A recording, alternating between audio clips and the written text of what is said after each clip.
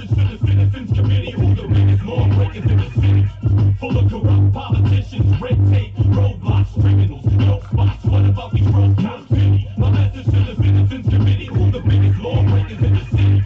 Full of corrupt politicians, red tape, roadblocks, criminals, dope spots. What about these road cops? They bust them on the head with cold fists and hard kicks. A bunch of nice bitches trying to end this life quick. The kicks turn to stomps. They mace them and tase them. Drag them out the car by his dreads, must have dazed them. Killing them but telling us he should have got a ticket.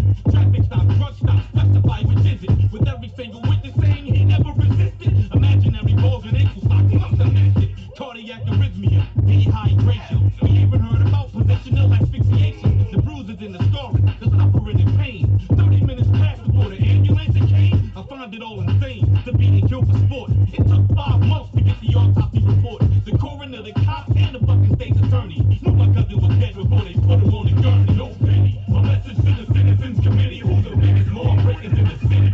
Full of corrupt politicians, red tape, roadblocks, criminals, dope spots. What about these road cops? Pity. My message to the citizens committee, who the biggest lawbreakers in the city. Full of corrupt politicians, red tape, roadblocks, criminals, dope spots. What about these road cops? Deceiving the public is something closer to impossible. Only autopsy, but we know it wasn't logical. Highly improbable, undetermined manner. I like the way you doctored up the calls across the scanner. Your signal 13 sounded staged and unfinished. Your life was being threatened, not a single fucking blemish on any of the officers involved in the murder of Tyrone West. Man, that shit is unheard of. Let's go a step further. Examine all the evidence. 10 lying cops against the truth of all the residents. Cell phone footage, live interviews. I'm extra disappointed in the puppets from the news. Afraid to dig deeper, their information shoddy. 5 whole days until my family saw his body. No statement from the cops, but they spoke with their attorney. They know they killed my cousin when they put him on the gurney. No pity. My message to the citizens committee, who the biggest lawbreakers in the city. Full of corrupt politicians, red tape, roadblocks, criminals, dope spots. What about these road cops? Pity. My message to the citizens committee, who the biggest lawbreakers in the city.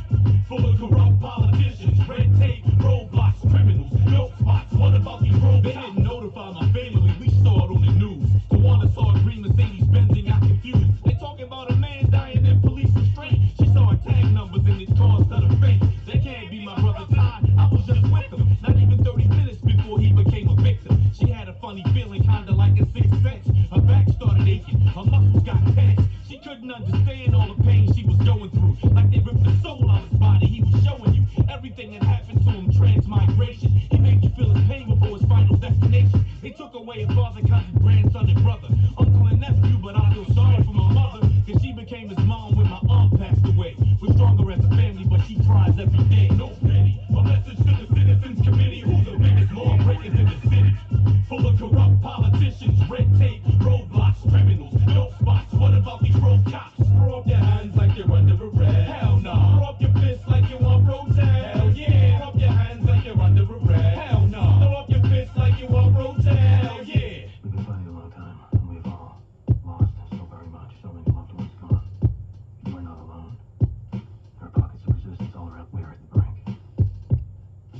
Above all, stay alive. You have no idea how important you are. Are you listening to this? You are the resistance.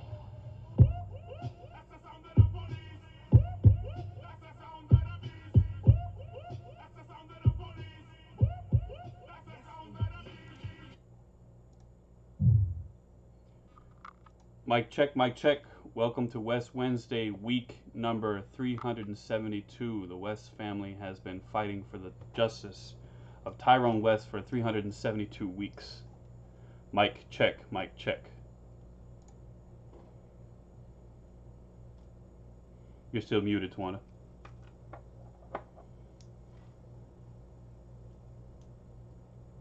Yeah, mic check. So, Brother Ben, I'm looking on your page and I seem to can't find it. I Like posted it the in last. the group. I posted it in the signal as well. Okay, and it's on your page too, Yep, because it's I'm on not my gonna be able page. to do it. I'm gonna guys keep. So if anybody, so Hillary, if you're watching this right now, can you put it on your page and I can start a watch party from your page because I'm unable to do the I'm signal. sorry, I can't hear anything. You can't hear us? I don't know if y'all can hear me, but I can't hear anything. Yes, we can hear you. We can hear you. So you might have to come out and then come back in. So we're having technical difficulties. So I'm just gonna start up and Hillary, if you're watching this right now, if you could post it on your page, and I'll be more than glad to share because it's not I'm sure. doing it right now, Tawanda. Okay, great. So again, thank you guys so much for tuning in. Thank you, Ben, as always, for being the man in front of the movement and back and behind and everything else. So thank you. And like my brother Ben just said, this is week 372. So for 2,604 days nonstop, my family, my supporters, we have been fighting nonstop, the West Coalition nonstop for accountability, not just for my big brother Tyrone West, but for Anthony Anderson, for all the victims of police brutality and or murder. And as you saw the video, that's a real video that my cousin made, and it depicts everything that happened to my brother Tyrone West. It showed where we had no transparency, no accountability. It showed the lies from the way my family saw it. And my cousin, he did a great job with that video. Shout out to Baltimore Block who videoed it, and we got all the footage. Shout out because they were with us from day one. So big shout out to everyone. So we're just gonna jump into West Wednesday. So everybody know that my brother Tyrone West was brutally executed on the 18th, a year after Anthony Anderson was murdered. And the saddest part, the same unit that killed my brother was responsible for Anthony Anderson's death. And so, we know that police brutality is real. There's still no type of, accountability whatsoever. We still have Ruiz, Killer Ruiz, that initiated this whole brutal beating of my brother, pepper spraying him, tasing, all that, right? And called in 11 to 15 other maniacs that had no self control that basically did what they do, and that's murder our unarmed black men and women and children. And it's just really sad and it's utterly ridiculous. But today there's going to be a little twist on West Wings. I know we always highlight the victims, and we will because I always welcome my sister Nicole on here. And Nicole, basically, she is the wife of Marcus, and her father-in-law was Anthony Anderson, and she was on here last week, and I told her she's welcome every single week. Not only did she lose her father-in-law, she lost her beautiful 16-year-old baby. She lost her daughter, and that is so unfortunately. And I know I'm quite sure she's going to share, you know, what happened to her baby again, because we need to keep her baby alive. So even though we fight for police accountability, we fight for everything because we know here at West Wednesday that all these issues are tied together. And I'm glad that I'm speaking on this subject of being tied together, and I call it the highway of hell, where there's no accountability, no transparency. And the highway of hell is this system that is just unreal. And tonight we have special guests as usual.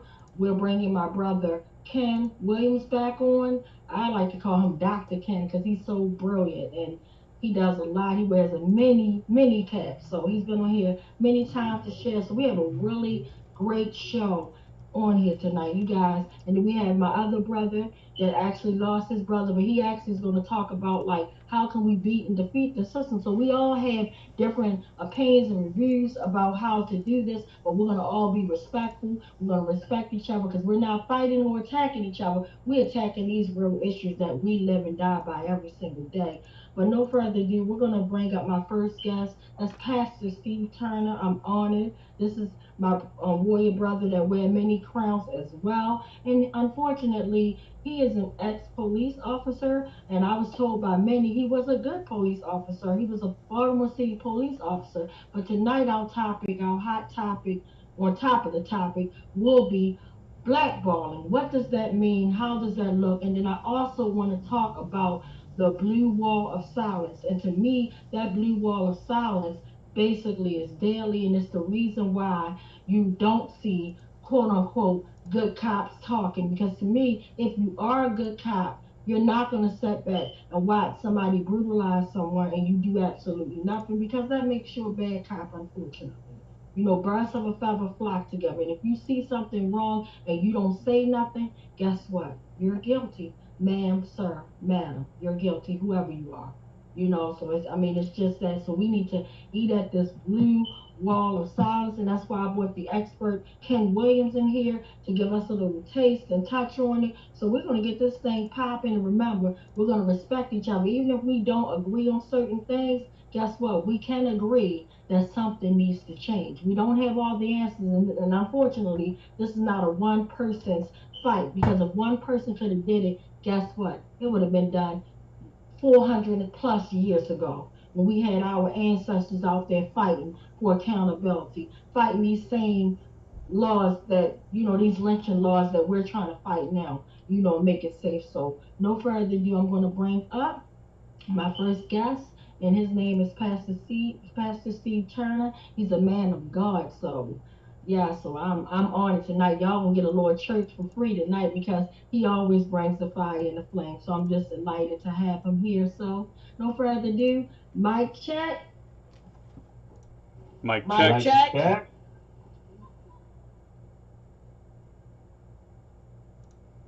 You're So muted, Pastor Pastor. Steve, the floor is all yours.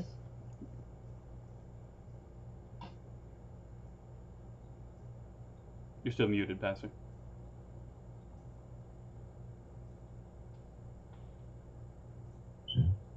There you go. All right, can you hear me now? Yes, go ahead. All right, thank you. Greetings to everyone. Salute to first God, and then also to the Warrior Queen, Tawanda Jones, my sister in arms, and to everyone else that's under the sound of my voice. Uh, I began my odyssey of becoming a police officer in 1987, and I didn't realize that I was what I was up against. Actually, my first assignment before I got into the academy was to be in the homicide unit, and they tried to scare me off by giving me, seeing the pictures of the homicide victims that you hear about, but you actually get a chance to see. They take pictures of these people and what happens to them, and they tried to scare me off then. But I was made of a different cloth, and so I went to lunch, came back, and they were surprised that I came back. My point was that when I went to the academy, Sergeant Ham, because I'm sorry, I dropped names because I don't care. Sergeant Ham, I thought he was going to be the person that is a black man, kind of helping us out, but I didn't know that. I found out later that he was taking bets against us that we would fail because I came from a Christian home and a single child, and so he thought that I wouldn't make it. So he took bets against me. Once I realized that, I had to step up my game. 33 years have I put up with this nonsense and racism and stuff that I've dealt with, being followed in the street from SUVs and ex-police officers or current police officers, uh, having my phone calls wiretapped and these kind of things for 33 years. And you may say, why? Why would they waste their time for some insignificant person like myself? And that is because once I discovered that it was dealing with racism, I couldn't stand it. I never liked it, and I always fought against it openly. I recall actually being asked to look past tickets that some business owner at the in the Northern District was, giving police officers. The lieutenant came to me and said that you gave him a ticket. Can you look the other way on it because he gives us free discounts for our food and all that, lunch and all that. And I said to the lieutenant, Leeson, that was his name, why should I look past him when can Joe Citizen do it? Can the regular guy do it? No. And if he owns a business, he should be able to afford paying for this $15 ticket. So no, I'm not going to do it. And he said, "Oh, you're not going to do it, Officer Turner?" I said, "No, I said it. I'm not going to do it." Okay. I don't know that was the beginning of the end, but from everything you think of, from putting reports on the desk, if you put a part one, which is a criminal report, which has a heavy weight and value on the desk, and you leave it there, you should be, everybody else, it gets the copies, everybody's fine. For me, they claimed that I didn't leave it on the desk, and that means that I'm now going to be written up. So being written up for things that I did, what everybody else, was doing and taking for granted, was a part of the process of being an activist, which I didn't know the word activist when I was actually doing it. I heard a white officer come over to the Section 3 in the Northern District and just lay out a whole sector of black officers, a whole squad, talk to them like trash. And it was just dehumanizing. I couldn't take it. I ran in there while he was just walking away, and I said, "How could you let him talk to you like trash, like you're nothing, like you don't even exist? You're just as good as they are." And I was again putting fire into my own casket in that respect, because of course I got you know, the blackballing, and while I was even actually on the job, I actually was put on foot patrol because I forgot to put gas in the car, and they made me walk foot in the 32 post of the Northern District, which is Greenmount Avenue, in February, where there was no place to go, and so I had to be smuggled like human cargo in the back and of somebody else's car to keep me from freezing, because the Sergeant Claude Merritt, didn't want me to have a car to ride in. And so this kind of atrocities and nonsense I had to deal with. It got worse than that. I've actually been assaulted when I was in the Western District, by folks who, I think I made a comment, and the guy was named Moose. He came in, actually came out into the lobby and actually punched me in my side of my jaw. And when I was squaring up with him to actually fight him, I realized I had him. I said, "No, I got you. I got you." So I put pen to paper and wrote a report about assault on police. And when my sergeant came and asked me about coming out to do something, I said, "I'm busy right now. I'm writing this report. I'm going on KGA and getting a police report for assault on police." He ran to the lieutenant, and they asked me to come in there to figure out what I was doing, because the idea of an intellectual black cop, it's too much for them. And so I had to deal with that kind of stress. Pastor, we have a question online. They want to know what year this was. Go ahead. Oh, this was, we're talking 88 to 92. And yeah. So when I mean, my whole spiel, they even tried to arrest me to bring my squad that I work with into my home when I lived actually off of Charles Street with my girlfriend at the time, years ago. A doctor above me and a lawyer below me, and they heard that, you know, the child was being chastised. They sent my squad into my home to arrest me, and I said, "You know, I work with you guys. What are you talking about? You know, I don't do this kind of stuff." That was my girlfriend that disciplined her child because he cut school. And so once I realized what they came to do, I asked them to get out of my house. Don't ever come back in my and try to approach me and lock me up for this nonsense. Are you kidding me? So they kept it in my file for quite some time. Let me get to the main thing that I dealt with. I was trying to help some police officers when I was transferred overnight to the Western District. And when I got there, I was trying to help these police officers, white police officers, to arrest this guy. And make a long story short, I assisted them, but I forgot, you know, it occurred like a year in transit, what happened in detail. And to make a long story short, this gentleman, his name is Preston, was being accused of triple homicide. I remember that he was on the scene. I was talking to him like I'm looking at this guy right here with the beard, Bill.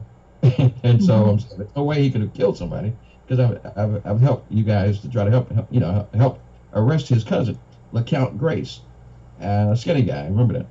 And I was in plain clothes. I was, you know, just over there to help out as I had just got transferred. So they said that he was committing triple homicide.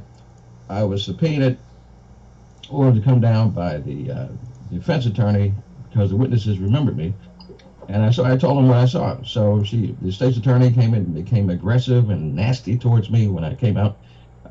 Said, you know, "Are you walking with a cane? Are you sick today? Blah, blah, blah, blah." And I'm like, "Well, yeah, I have my good days and bad days. And this is my day off. I'd rather not be here." But so let me jettison this forward, is that they accused me of perjury. The jury didn't believe any of the 15 homicide detectives. They believed me over them. And the state's attorney, before the court case was over, came out in the hallway and said, "I hope you have a good attorney. I said, what I need an attorney for? I've never been in trouble a day in my life. He said, you're being charged with perjury. Perjury? Are you kidding me? And so that's what I had to do with. I had to get Billy Murphy to try to help me. I had a lawyer, Gordon Tabak, who was supposed to be defending me. He set me up, and he told me to go down to Central District. I'll get down there, and 15 cops walk in, high officials. They throw a warrant on the desk, and they walk me out to the jail cell to be arrested. No one supported me during that time of standing up to tell the truth. That's what I did. But Barry Powell and all those guys from Vanguard ain't worth a dime. They did nothing. I have a whole stack. I hope you can see this because I can't go through it. But I have a whole stack of papers after getting kicked out of the police department and thrown out like trash after risking my life. I have paperwork here from Alan Barton and every other Boy Scouts when I tried to work for them. Bill Hamlin was a former police officer there, and he had worked for the Boy Scouts. That's how far this goes. And he dug into my background. Next thing I know, they found a way to fire me. I've been fired, let go, downsized, thrown out, trashed, almost arrested by one law enforcement company, a security company, because they didn't want to give me the same thing they gave the two white boys who had none of the experience. I have more experience than half the folks in the police department, but I can't get a job because of their blackballing. I couldn't even do the Baltimore Trauma Chaplain program to do a ride-along because they didn't, once they realized who I was, they didn't want to actually have me ride along in the police car. And Melvin Russell, the so-called saint of Baltimore City, brought Andre Humphreys and his detective to Applebee's to talk to me about a social community matter I was trying to get involved with, and he actually set up Dr. Humphreys to actually and Apostle Hooper to watch me and monitor me as a handler. And once I figured it out late, I asked him a question. I said, "Are you trying to handle me? Is this what you bringing me messages from Melvin Russell about what I'm supposed to be doing and how dangerous I am, and how I interact with C.D. Witherspoon, and how that's my friend, and how I'm such a danger to the city of Baltimore?" I said, if he's handling me, why don't you go back and tell him that if he doesn't want me, the commissioner want to take my certificate off the wall and take my ID for being a chaplain of the city. If the commissioner wants to fire me, that's fine. But let him come do it. I'll bring it down to him. But if Melvin Russell wants to take it from me, tell him to come. He knows where I live at. He knows where I hang at. Let him come and take it from my hand himself if he's mad enough. And they don't like what I talk about, because the police brutality piece, I've seen it up close. I've been there where I've seen a guy, or I think when I was a police officer, he came and he started talking smack to me, and I said, oh, he can talk smack. That's okay. It's his freedom of speech. But the partner I had, the white partner, got out of his car and smacked the brother upside his head with a baton, blood all over the car. And I said, I'm not going to support you in this. I'm not going to condone you in what you did. You didn't have to do this. And I will do whatever I can to write you up for what you do. So back in the 80s, when I was doing this kind of stuff and speaking up, it wasn't popular. You didn't have all this support you had now. I've lost my first wife because I couldn't maintain a living. I couldn't maintain a job. I've been ridiculed and harassed and talked about. They called me crazy. That's what they do when you don't flow in their circles. They'll call you mentally insane. I'm fine. God has kept my mind, and if I was a regular person, I would have gone insane. But God has kept me because they couldn't take that from me. I had God and I had Jesus on my side in my heart, and that's the way I was raised. So I knew that the stuff that I saw, the racism and the nonsense, was wrong, and I could not endorse it. I could never condone it. I'd rather die. Then that's why I supported you, Tawanda, when I come out to the Sojourner Douglas and all that. I'm taking my life in my hands doing that, because you know how, if you don't know, you know how dirty they are and how violent they are and how nasty they are. This is a criminal organization that's masquerading as that has supposedly the justice in mind. It's only justice when it's for the rich and wealthy. It's only justice when it's for those who don't look like you and I, Tawana. And let me say this real quick. Uh, they really don't care. I know we talk about Black Lives Matter, but they really don't care whose lives they kill, because they killed Marcellus Ward. He was a black man. They tried to kill Serpico. He was Italian. They have also killed a friend of mine, one of my partners. His name was Ira Weiner, a Jewish man, one of my buddies. He was like a brother to me. And he said that the lieutenant at the Western District, they had stolen lumber, and they had a whole racket organization set up with that. And I told him, Ira, don't go around telling people this, because they'll bump you off. And that's exactly what they did. They gave him a call. He went from Mulberry Street, and when he went there, some guy who had a mental issue that they set up actually put a hatchet, I think it was, an ice pick in his forehead, killed him instantly. And when I came to the funeral, they cussed me out, and they tried to physically assault me to say, what are you doing at his funeral? You're not a cop. You're not a so-and-so. I said, listen, he was my partner. He was my buddy. He was my friend. And I have a right to be here. And if you jump at me, I will fight every last one of you. This is the kind of violence that is internally. What could you imagine if going externally to what you're dealing with today with the police brutality here? It's nothing. This is the culture. It's a lifestyle. It's what it is. Lying is a part of it. The group lying on the street is a part of what's going on. Once they've done something stupid, they bring the sergeant out, and they get into a huddle, like the Ravens, and get into a group huddle and try to figure out how we're going to tell the story. That's what it's all about. Lies.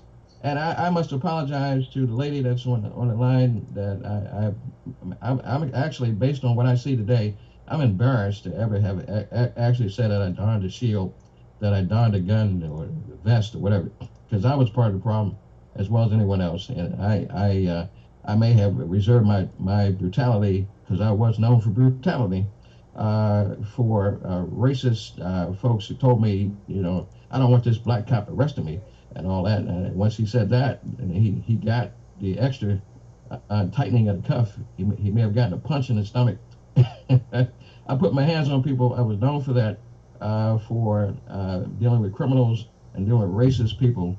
So, but that was wrong too. So I have to apologize for my take and part in this nonsense, in this debacle, and that's all I guess I have to say right now.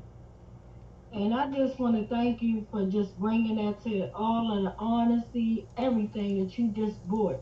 You just brought so much of power to this table, because for you to actually admit, you get what I'm saying? To actually admit, you know what? Hey, I did this wrong and I apologize. That's what you call greatness to me.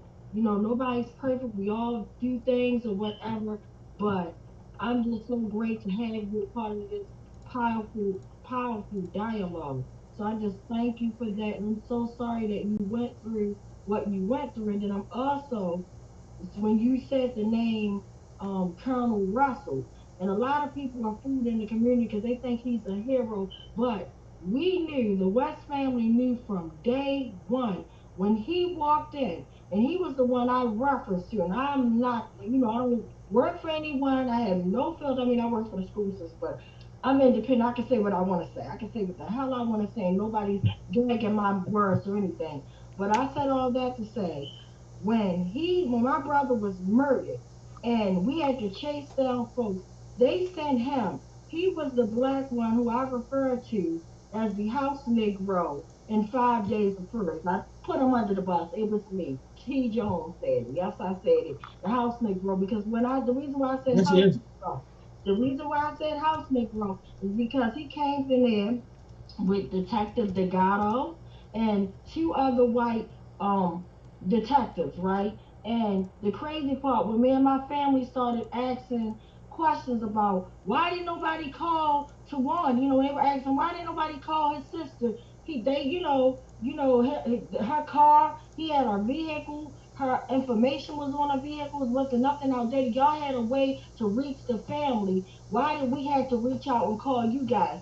As soon as that's when he want to start pulling a black card. Oh yeah, I'm black like y'all. Let me talk. I'm gonna tell you where we gonna let the chips fall where they may. And then he even offered the fried chicken with my goddamn family. And I told him, I don't want a fried chicken with you. That part wasn't explained in Westmore book, but I'm here to say it. What I said was, I'd rather fried chicken with Tyrone Wessel. Keep your chicken.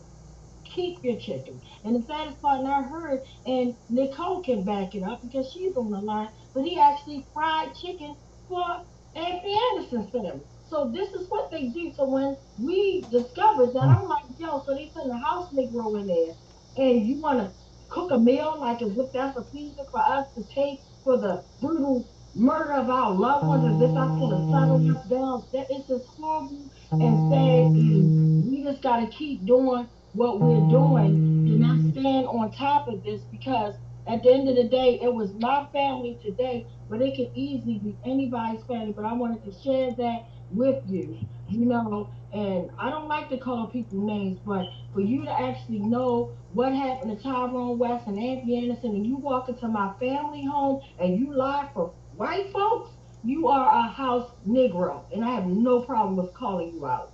So thank you for adding that piece.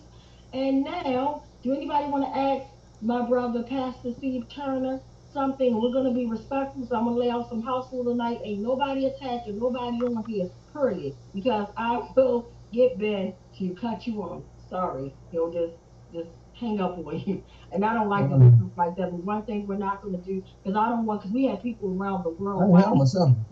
West Wednesday is a loving platform. And we're not going to make nobody like guests feel bad or because they don't agree. We're not going to have any of no foolishness tonight, none whatsoever. So I just want to throw that out and be clear of the ground rules. So don't say it. I didn't warn everyone. So with that being All right. said, does anybody want to ask Pastor Steve any questions? There's two questions that have come up on the chat online. One of them was Okay. around, can you clarify what handling was? We have another ex-law enforcement in the chat, and they weren't sure what that word Oh, meant and if you could have a definition. And I think the other question is about your journey of becoming a chaplain and how that came about. all right. The handling piece is I discovered, as I forestated, that so what appears to be I was having a difficulty in trying to get into the chaplaincy program, and it took Reverend Dr. Andre Humphreys, the trauma chaplain, which I had been a part of, to try to talk to Russell and have lunches with him to try to, and a detective that was in charge of that, to try to get me involved. Everyone else was fine to come in, except for me. It's always me. I always have a problem getting involved, getting into doing the same things that other people do. So I guess the trade-off was, if we show you how to, do the trauma chaplaincy program and come into and create the chaplaincy program under Melvin Russell, I guess that was a side deal. Then we can, Pastor Turner gives you authenticity because he's the only one that was a police officer in the trauma chaplain program. We'll let you do that, but we need you to watch him. We need you to handle him in terms of monitor him and keep us abreast of what his activities, and report back to us what he's doing. So once I discovered that I was being handled by Reverend Dr. Andre Humphreys through Colonel Melvin Russell, then I hate that, and so I rejected it. And I told him, I said, if you are you my handler? Is that what it boils down to? Is that why you keep reporting back to me what Russell says? I don't care what Russell says. If he has something to say to me, let him be a man and come to me directly himself. So I cut him off. I stopped doing the trauma chaplain program. I stopped doing the program for the Baltimore City chaplain program, because I was told I had to bring my ID and my certificates and all that I earned back, because the commissioner wanted it. And that was the message that Russell sent to Dr. Humphreys. I don't like pawns. I don't like being used as a pawn, and I don't like being played as one. So the journey to that was the journey that it had to be negotiated, it had to be contracted, it had to be solidified through backroom deals when other people can just walk in. But for me, I have to constantly go through procedures and denials and rejections, even to the point where Catherine Pugh, when I was actually coming down there to talk about homelessness and all that through the pastoral prayer breakfast, we were denied. Christina Flowers and I was denied because I was attached to her. So they denied me. When I got upstairs and realized that they did receive the press pass, like they said, I saw the ID on there. The assistant for the Catherine Pugh came out and said, "Pastor Turner, you can't. The mayor is speaking. You can't come in." I said, "I can't come in. The mayor is speaking." "Well, thank you. Thanks for telling me." She said, "No. You can't come in." I said, "Are you saying that if I come in to the pastoral prayer breakfast that I will upset the whole apple cart? Is that what you're saying?" And she said, "Yeah." I put her head down. "Yes." I said, "Well, can you tell Catherine Pugh a message for me, because I know she don't like me because I don't like her belittling the poor and the widows and the homeless. And can you tell her a message for me?" And I'm sorry, I'm a pastor, but I'm going to say what I said. I said, "Tell her I've been thrown out of better whorehouses than this. Can you take that message back to her?"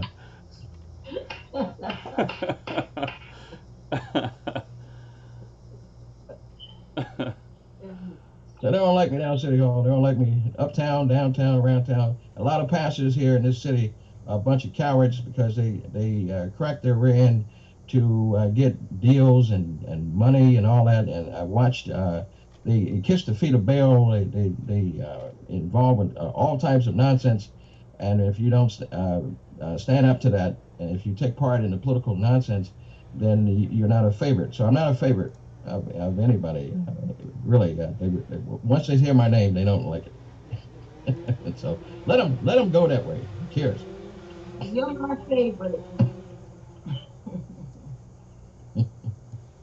Yes, I love it. So, Brother Ben, do we have any more questions or comments, or anybody from the West Coalition want to ask Pastor Steve something?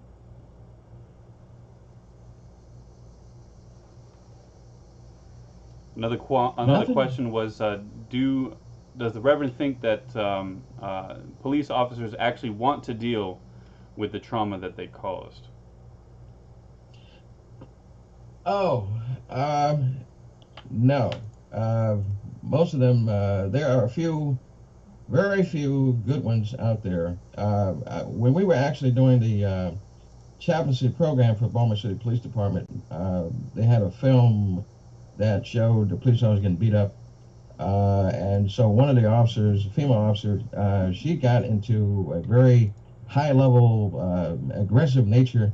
She needed help herself. And that's something I said years ago, that the police officers need to get, what do you call it, debriefed and actually psychologically given information, given the type of treatment, because of all the craziness that you deal with every day. I mean, when I used to do it, I remember my first call was in the Western District, and it was like it was two homosexuals. They were fighting each other, and there was blood all over the wall. And all that. I mean, that's how I started my day off. That's not normal. I had a issue when I was living with a girl and she had a 10-year-old son, and one call I got was from a Christian mother who her child died. And so she asked me, "What did I do wrong, officer? Because I did everything God told me to do." And I don't know what to say to her. And I tried to find something to say. But when I came out from that call, I sat in my police car, which I never told anyone, and I bawled. I cried. I had a nervous breakdown because he reminded me of my own relationship that I was dealing with. But no one asked me, "Are you okay? Do you have problems? Do you have issues?" No one asked me a thing. They just said, "Handle the next call." So I don't see that the higher ups, the authority, have any concern, because the officers are nothing more than slaves themselves to the calls that they have to deal with, and the things that they have to actually deal with themselves. And they go home and brutalize themselves. They go home and brutalize their wives. They go home and drink and act the alcoholic, because there's no medical issues of sensitivity to what's necessary. So you got an angry person. Matter of fact, if I had a bad day with my girlfriend or my ex-wife, I fear the people of the city of Baltimore, because I was I was I was like a walking cannon. Mm. And matter of fact, my nickname was Pitbull because I gave the grief to the criminals. But sometimes somebody else may have gotten some of that anger, and that's something that needs to be checked and taken care of. Mm. It can be scary. So what's the mental status of half the police officers there? When I was doing it, and they were asking in the room about getting to do the job as a recruiting, I heard a white boy admit that he was using drugs. So I mean, they still hired him. Mm. Oh yeah, it's a gallery of peanuts out there. I'm telling you. Wow. And that's so real and profound because, and that's what we're dealing with literally every day. It's like you're playing Russian roulette. And I think about when Tyrone West was pulled over, wasn't doing anything wrong, and we got Killer Ruiz that has outstanding child support. He done had all these charges brought up on him that they dismissed right away, and he's riding around mad as hell, and he wind up beating the life out of my brother along with his 11 and 15 other maniac animals. It don't take 11 people to deal with one person. I mean, I used to deal with three or four people myself, and I found that even walking foot when I ended up being on Gold Street and Bloom, which they sent me there to kill me actually, because I know about Detective Sean Suter. His profile matched mine. I should have been the one that was killed. You should have been reading my name for a prostitute that I used to well, be honest, used to talk to. I liked her. She liked me, and she told me what the wagon man told her once he had her in the wagon. He faked like he was arresting her, but he was having sex with her in the Western District. And she told me what he said, that we're gonna be knocking off one of your buddies tomorrow. She said, "What buddy are you talking about?" She said, your buddy you like so much, Steve, Pitbull." Oh yeah, how you gonna do it? So he told her, because he was in the pangs of ecstasy. He told her what that's just being real, what was going on, and she came and told me on the corner of Pennsylvania Avenue. She said, "You're gonna get a call today Mm. on Pitcher Street, and they're gonna be a suspicious person. If I were you, I would not handle that call." She Mm. said, "Because I like you, so don't do it." And she walked away. And Wow. I preached about it. I preached about it when I had my first church service, and I didn't know why I was going to preach about it. But it came out. It was called calling all overcomers. This is some calls you can't handle. So I didn't answer that call to Pitcher Street. I got it, and I remember in the training that Pitcher Street was just looked like the area that Sean Suter was killed in, and vacant houses and all that, and somebody could come in and shoot you, and run off on the side. You would never know what's happening. So I got the call. I never answered it. I pretended to be 10-7 on something else because couldn't kill me that day on that issue. They've killed me emotionally. They've killed me in work, and economically, but they didn't kill me that way. And so I have to look under my car. I have to follow when people follow me from Columbia. They follow me from Security Mall. They wiretap my phone. I have to realize who I'm dealing with. They put a bug on my curtain. I don't know how they got there. I got false Comcast cable people in the parking lot claiming to be doing housing and down the street, yet they're here to watch me. So this is kind of stuff you got to deal with. And Hollywood couldn't make this up. Hollywood could not make this up. So whoever's sitting back watching this and going, "Is something there?" Yes, it's something there. He's telling the absolute truth, the whole truth, and nothing but the truth. So in case Exactly. you forgot about Detective Cedar, while they're playing the dog and pony show, the delayed justice delayed is justice denied. Just like they put my family on the back burner for 7 years and we've been out here day one. Justice delayed is justice denied. The same thing they're doing for Detective Sean Cedar that was killed by his very own. By his very own. We all know this. We Yep. all know this. So I thank you for shedding that light and bringing that flame. So no further ado, I'm going to bring my guest, Ken and Pastor's turn. If you want to hang on, please hold on to your seat because this show is definitely flaming hot tonight, and I love it. I love it. Any more dirt you want to release on these dirty animals, please feel free. I approve this message. I love it. Yeah, so no further ado, I'm going to bring my other guest, Ken, into the conversation. Mic check. Mike, Mic check. check. Mike Mic Uh, check. Mic I check. can- Mic check. Thank you for everybody for being here tonight. Thank you, Tawanda, for inviting me. You know, my history in law enforcement, I've shared it before. I'll share it briefly again. I was hired as a police officer in 1994 under the COPS grant program, which at the time President Clinton had signed into law after Congress passed a bill that said that the federal government was going to fund 100,000 police officers in policing in America.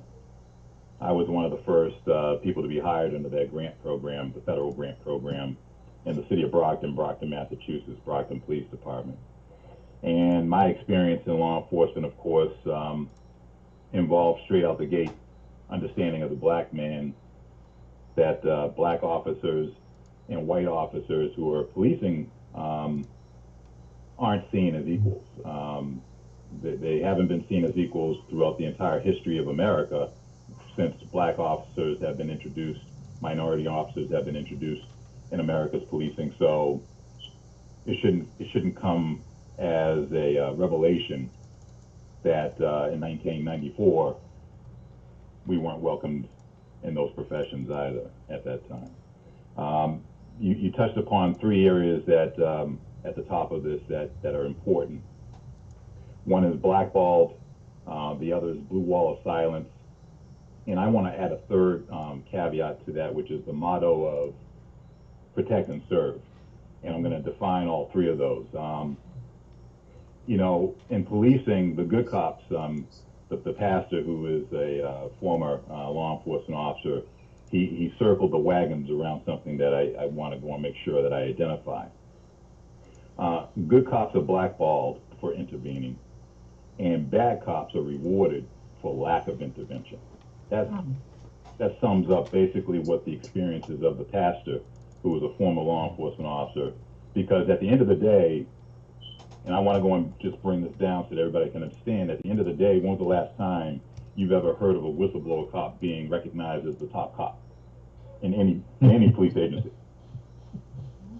Right? There's never been a top cop award for the whistleblower cop. Think about that for a second. All right, so that's important for us to recognize as far as a culture, you know, a consistent culture problem in policing. The next thing that we have to identify, and I'm going to back it up before the pastor's experience and my experience in law enforcement, because it's important for us to show the pattern in practice predates us, not just our experiences of, you know, being in the saddle and riding that horse and finding out that we're going to get bucked off of it.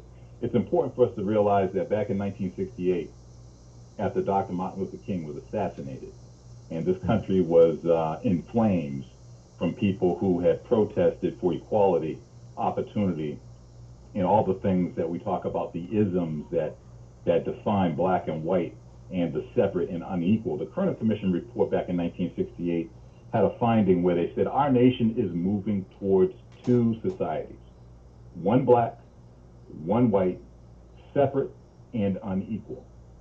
That commission was sponsored by the federal government to go out and find out why so many black people and white people, before that flare up in 1968, what caused all these flare ups.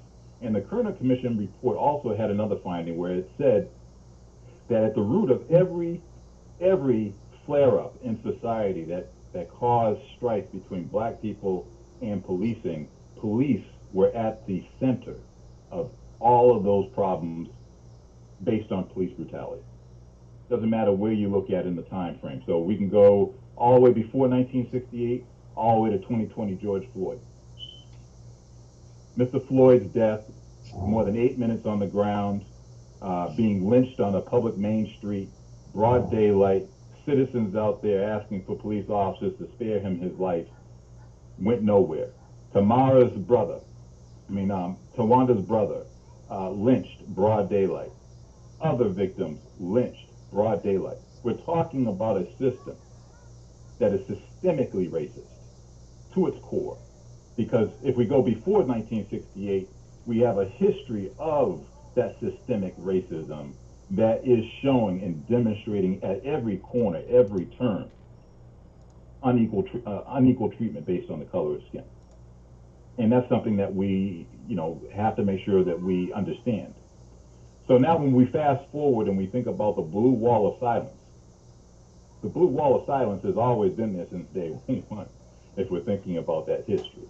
If we're thinking about police brutality going back before the Civil War, because there were no black officers or minority officers or female officers before the Civil War. It was all white guys armed with guns that went out and subjectively terrorized black people as state-sponsored terrorism. The government gave them the authority to go out and do that. Just as the government today, unfortunately, in certain jurisdictions, has police officers going out and terrorizing people. And we have to be very clear about that. Kyle Rittenhouse, the guy that carried an assault rifle out there in Wisconsin, killed people, maimed a third person, was able to walk by police officers with his hands up, holding an assault rifle that was a murder weapon, a weapon that he should not have possessed. And police officers, before he killed all those people, gave him water and thanked him for his service. Where do we have that happening in America where a black person is treated that way by police officers? It doesn't happen. It doesn't happen. So when we think about this blue wall of silence, we have to define that. It's a code of silence. It's among police officers that they're not going to report their colleagues' errors, misconduct, or crimes, or police brutality against other people. They're going to keep it all internal, in-house, and make it seem like it never happened. It doesn't matter what kind of evidence there is out there. For the most part, they will deny until cornered to the very point where they have to go and give somebody up. For instance, Kyle Rittenhouse. There's video of him receiving water from police officers. There's video of him carrying an assault rifle at age 17 where he's not able to possess that weapon in the state of Wisconsin. So he's a felon in the state of Wisconsin before he even kills anybody. And police aren't discouraging him from carrying that weapon. They're not investigating anyone carrying those weapons.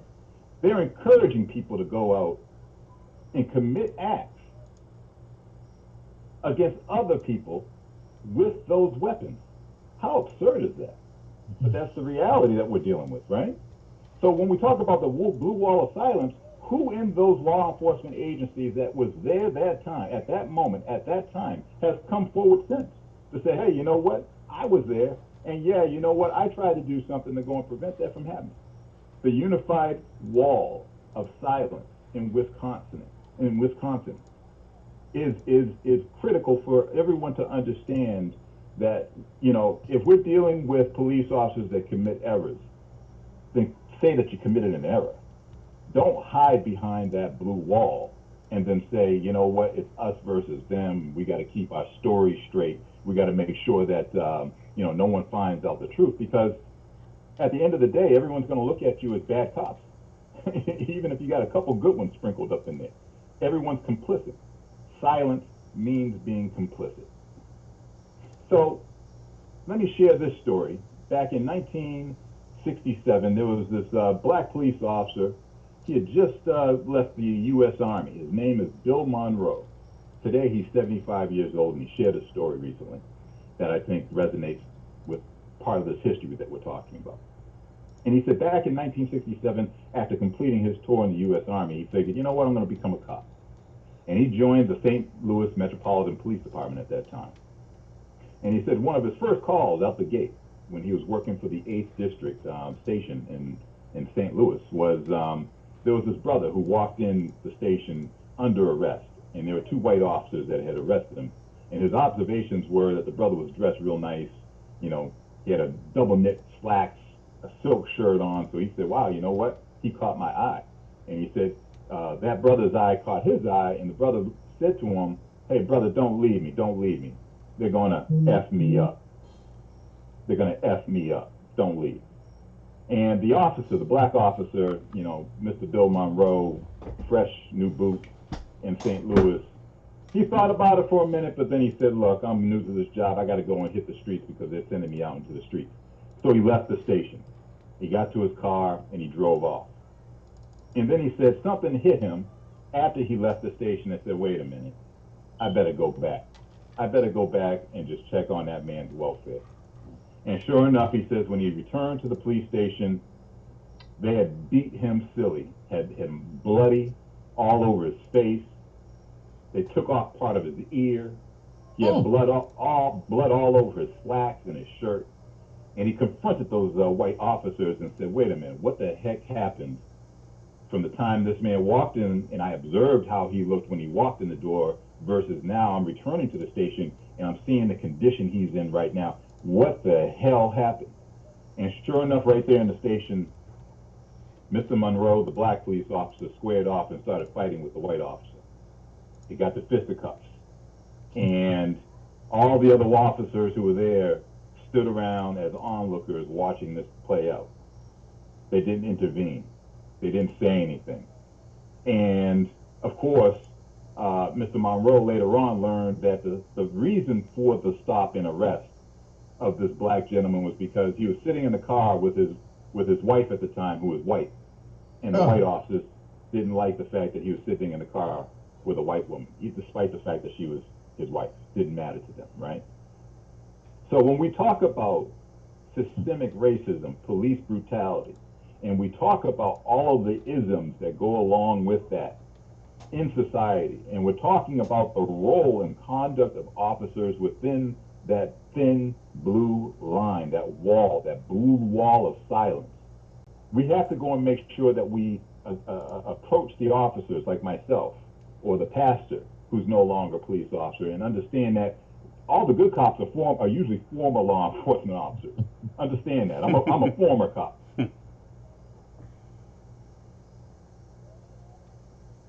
The pastor's a former division. They get rewarded for remaining silent. The people who speak up are the former law enforcement officers. So that's a very, very important thing for us to understand the pattern in practice. The other thing that I wanted to go and bring up, of course, is number 3, the motto. You know, back in 1963, the LAPD came up with this motto that said, hey, you know what? A slogan is needed to go and really have the people resonate with us.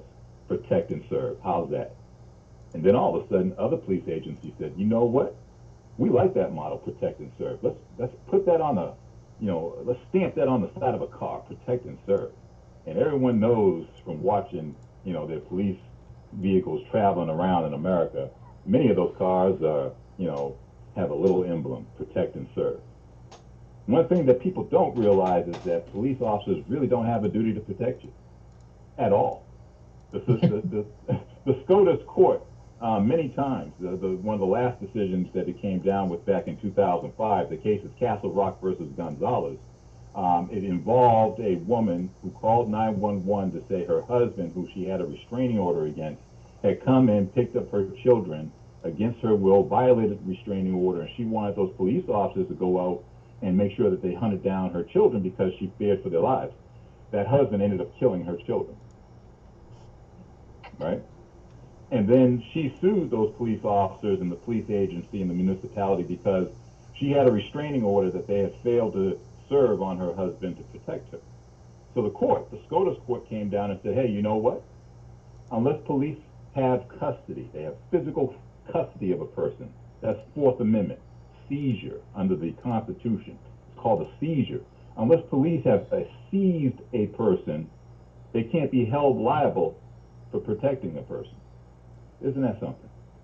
So all those protecting and serving bumper stickers and all that stuff that are out there, they're only protecting the prisoners that they have. And that's the reason why when people are arrested and they go through an excessive force or a wrongful death under the Fourth Amendment, those people can sue the police and the municipality for failure to protect those citizens. But let's say, for instance, some of these school shootings, for instance. Down in Florida, Broward County recently had, a few years ago, a school shooting. The deputies stood outside while they heard the gunshots inside the school. They failed to intervene. They failed to protect the students that were being shot inside that building. The parents sued those Broward County Sheriff's Department deputies, and the court came back even as recent as just a few years ago and said those officers have no duty to protect those children. So we're paying for officers to be in school as school resource officers and stuff, and they have no duty to protect our children in those schools. So let me bring this back full circle for us to understand something. When we talk about defunding the police and we talk about police reform, it's important for everyone to understand that, first of all, there are a lot of people who are out there suffering mental conditions. And police are not doctors, they're not clinicians, and they shouldn't be responding to the needs of those people. We should be hiring more people who are mental health clinicians to respond to the needs of those people, which means that instead of growing the footprint of law enforcement, we should shrink it by maybe letting go some of those officers and hiring more mental health clinicians to satisfy the needs and servicing those people who have those type of needs. Because law enforcement clearly can't handle it. We have Sandra Bland, who was stopped by a police officer, failed to go and extinguish a cigarette. She got lynched for failure to extinguish a cigarette for a traffic stop. She got lynched by the police officer.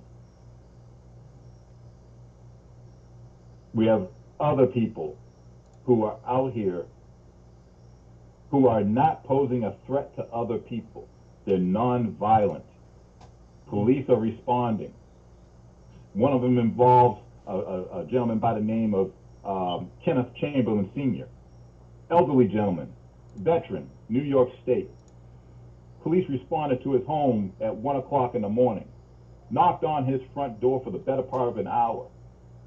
He was on the phone with his bracelet alert system because they had alerted, because he had rolled over on his bracelet and it had alerted 911 that he might be having a medical episode. He was on the phone with the bracelet alert people saying, no, that's a false call. You can tell the police to go on their way. I'm all set. The police sent SWAT to his home, kicked open his door, and shot him dead in the front of his kitchen.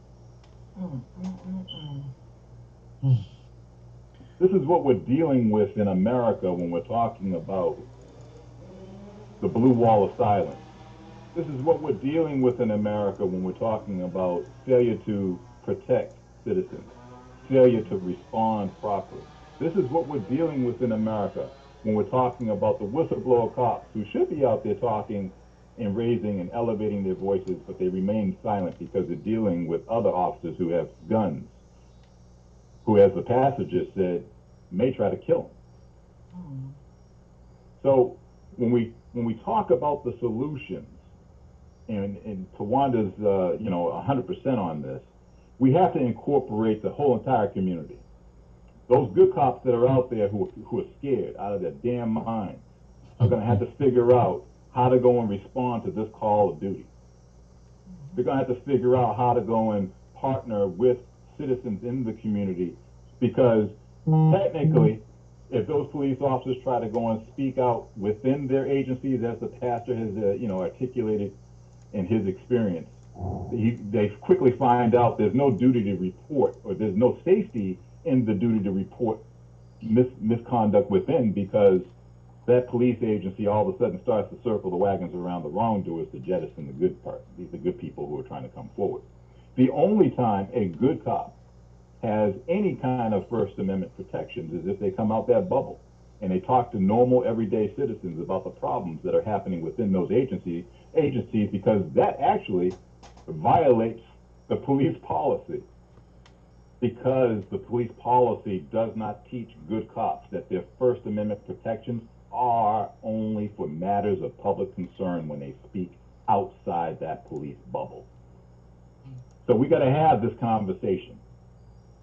We're going to have this conversation, and we're going to have to repeat having this conversation, because obviously Tawanda's doing the right thing. She's got me here, former law enforcement officer professional. She's got a pastor, a former law enforcement officer professional. And there are many other police officers out there that are having a similar conversation and a similar outcome, where they speak up and then they find themselves on the other side of the thin blue wall. And that has to be something that we have to address holistically. We've got two questions So that I think. If anyone has any questions, please. We've got two questions I think segue perfectly into what you're talking about, and they're from a former law enforcement officer who's on the chat. And her questions are, if any law enforcement officers who are currently working are listening to what you're having to say, what would you say? What advice would you give to them? And the second question is, what kinds of things? Let me address the Go ahead. the first one, and then we'll segue into the second one because I'll forget what the second one is. It's important for everyone to understand that if you're a good cop, and I understand what it's like to be a good cop and feel like you're alone, but there has to be someone that has the balls to actually come forward and start that process. I had to go through it, and I understand it quite well. Critical mass is always nice, you know, but they always have, before there's critical mass, it always starts with one individual. The individuals that are out there who are police officers that are in law enforcement that can find, you know, either they have to do it themselves or they can find critical mass where they have other people with a similar situation, a similar experience that they can share in. They can find, you know, by them pooling their resources together, that they can impact more change from a policy and a police practices type of, you know, standpoint. Trying to go it alone, you know, is surely going to give you tremendous blowback. So I would say, you know, for those who are out there in law enforcement, I'm a person that understands that you put on that uniform, you have a gun, you have all those tools on you and stuff like that, and unfortunately, you could lose your life running into a building where there's a gun battle. Why shouldn't you, you know, understand that part of your duty is to protect and serve the community, everyone in the community equally, if that means elevating your voice and talking about the isms and the discrimination and the police misconduct, then so be it. What's question number 2? The second question is kind of related to that. What can we do as private citizens to support that? You know, those of us who do not make police policy, who are not politicians, those kinds of things. What can we do as individuals to, you know, support that effort? I think as citizens, it's important for us to understand as citizens that the taxpayers support the system. So you actually do make policy. If your money is being used for the till to actually pay the salaries, to pay for the cruisers, to pay for the buildings, to pay for the overtime, to pay for the court time, to pay for all of the benefits, the bells and whistles that police officers enjoy, you have a very, very critical voice. And that means that at the local level, you know, making sure that we tap our elected officials to say, look, there is something happening here where it's either, you know, let's say, for instance, an example would be racial profiling. Many citizens find themselves being stopped, questioned, frisked, whether it's by car or on a sidewalk. But if all of those people are separated and not aware of who each of them are, their complaints are weaker.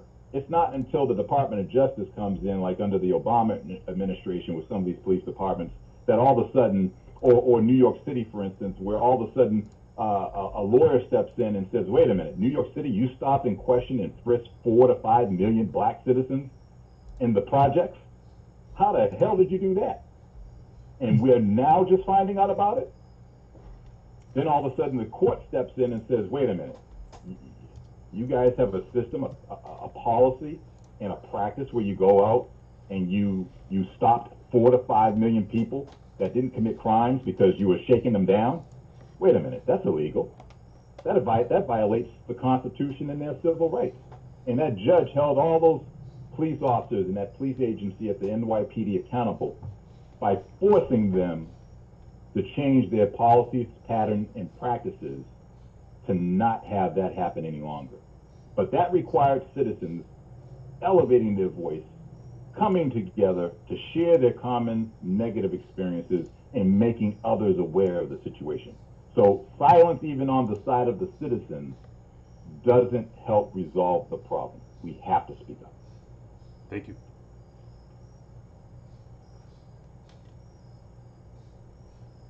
I had a question, Tawanda, if that's okay. Go for it. So, and it's for either of our speakers, last two speakers. So we know that, and we see the culpability and complicit actions of officers who are directly involved in brutality and maintaining the system that we're talking about. But we don't often talk about or know about how the commanders, the supervisors, those people who are overseeing what's happening on the streets, how that plays out in maintaining the system and supporting that brutality. I know, for example, in Baltimore, a lot of the cases of brutality weren't necessarily meted out by the same officers, but some of the commanders and supervisors of the gun-based task force, of the officers who killed Tyrone West and Anthony Anderson and brutalized other citizens like Darrell Harris. There's a connection between them. I'm just wondering if you could articulate in some way how that happens, how that plays out in the upper ranks of the police force. Well, let's start with the hierarchy, which is, if we're talking from the bottom up, you have a patrol officer that's on the streets. Patrol officer, either there are several types of calls. Either the patrol officer is responding to a call that they're dispatched to, or there's the officer-initiated call. There's no call for service. Officer observes something and says, I'm going to step out and do something that I'm seeing right now that may, involve some sort of investigation that they're involved in. So, at the end of the day, when an officer steps out, either on the officer-initiated call or the 911 call, there's going to be a communication back that says how they resolve that issue. A supervisor is on the other end of all that, monitoring the activities of their subordinates. And the way policing works is there's what's called span of control. The police contracts are written so that a supervisor, a sergeant, for instance, that oversees maybe 5 or 6 patrolmen, only has that span of control to make sure that they're monitoring those individuals, because police agencies by contract have already spelled out that span of control is limited. If you give too many people for a supervisor to monitor, their control and their span of control of those individuals becomes weaker. So by contract, that's the reason why for so many people who are patrolmen, there's a sergeant. For so many people who are patrolmen and a sergeant, there will be a lieutenant. For so many people who are patrolmen, a sergeant, and a lieutenant, there will be a captain. And that span of control filters all the way down.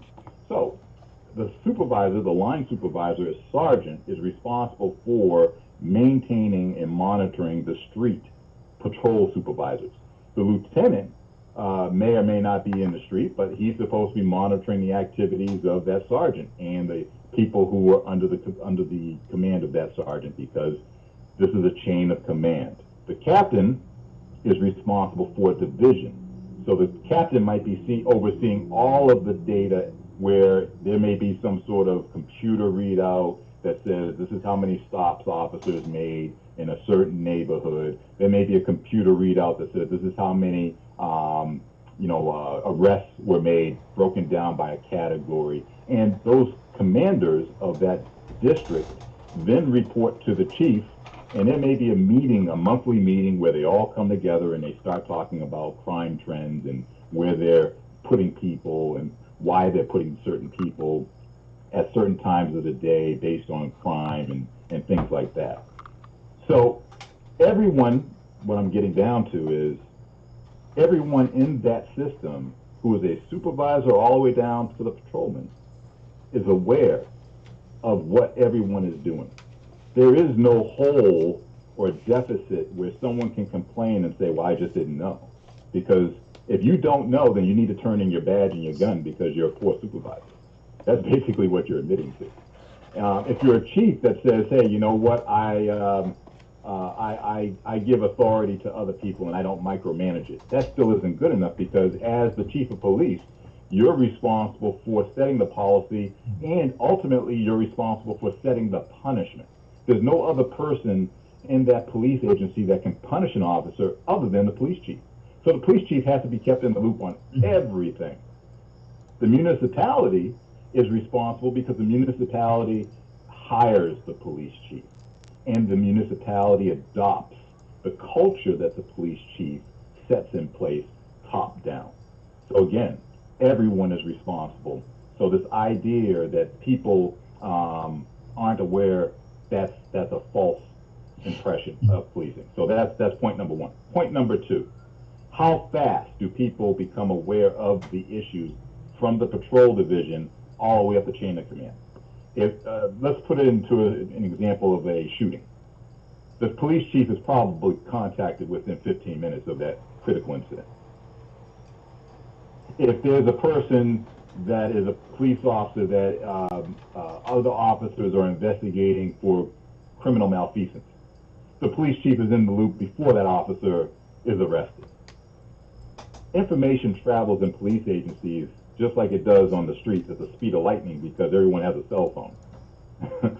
So, you know, between text message, calls, and report writing, there's enough information that this idea that someone's not in the loop is, again, a false impression that police and law enforcement create. As soon as the critical incident happens on the street, the policies and protocol are the police officers responsible for those type of incidences, just as an example, are removed from the street, brought back to the station as soon as possible to give either a verbal or a handwritten report as far as what occurred, usually before the end of the shift. Sometimes some police agencies say, okay, you have them until the next day. Other agencies may say you have a few days to think about it because you want to go to the hospital and maybe get seen by somebody, and they understand that. But at the end of the day, within a short amount of time, the police agency is telling those individuals, we need a report on what activities occurred so we know what some of those facts are. Now, here goes the rub, of course, and we see it play out many, many times over and over again. The police agency receives facts from the patrolmen and the supervisors that this is what occurred, and then all of a sudden, days later, hours later, video surfaces from a citizen that's on the street corner that recorded everything, that blows everything up that was reported internally up the chain of command. That's what happened in George Floyd's death. Mr. Floyd, based on that video, was cooperating with police. Mr. Floyd was in a flight risk. He was handcuffed. Mr. Floyd was walked from a street corner after being, taken out of a car, walked across the street, and then all of a sudden, within a minute of him arriving at that vehicle, the police vehicle, he's on the ground on the opposite side of the vehicle with a knee to his neck. Now, does anyone believe that the police officers in a police report put down that they actually killed Mr. Floyd by putting a knee on his neck? Of course not. If it wasn't for that video by those concerned citizens being out there at that moment in time, those officers who killed Mr. Floyd would still be patrolling those streets today. They would still be patrolling those streets today. So we have to ask ourselves, and people in law enforcement, you have to ask yourself, how many people that you know of, that you work with every single day, that you know that they are out there committing these type of wrongs, how long are you going to remain silent? Because I know, as a former law enforcement officer, there are officers that I was like, I don't want to go to that call to back up that dude because I know what he's about. And those are the people I had. Those are the people I ended up when I had my whistleblower lawsuit. I had to name. I had to put them out there for the courts to understand what I saw as a police officer. Now, of course, there's another side of this, which is, unfortunately, we have a biased legal system that protects police officers as well. We have internal affairs that protects police officers. We have police chiefs that protect police officers. We have district attorneys that protect police officers. So we're dealing with a criminal justice system in many instances that we're challenging, and we're having to have this discussion about, which means that, again, we have to elect prosecutors, district attorneys who will actually take care of these problems when they come across their desks. We're going to have to make sure that city councilmen, all the way up to our local elected officials that we elect, have an understanding before we elect them that part of their mission, our demand, is that they take care of these systemic, racist, disparity, and discriminatory problems in law enforcement. We have to have, at the hiring phase of law enforcement officers, better questions to ferret out the unfit. That means maybe even asking them if they lie on that application and under questioning about ties with racist and hate groups, that they can be maybe prosecuted because of the lie, not because they're part of the group, but because of the lie. In America, you can be a hateful son of a gun, and that's fine if you want to be a civilian that's a hateful son of a gun.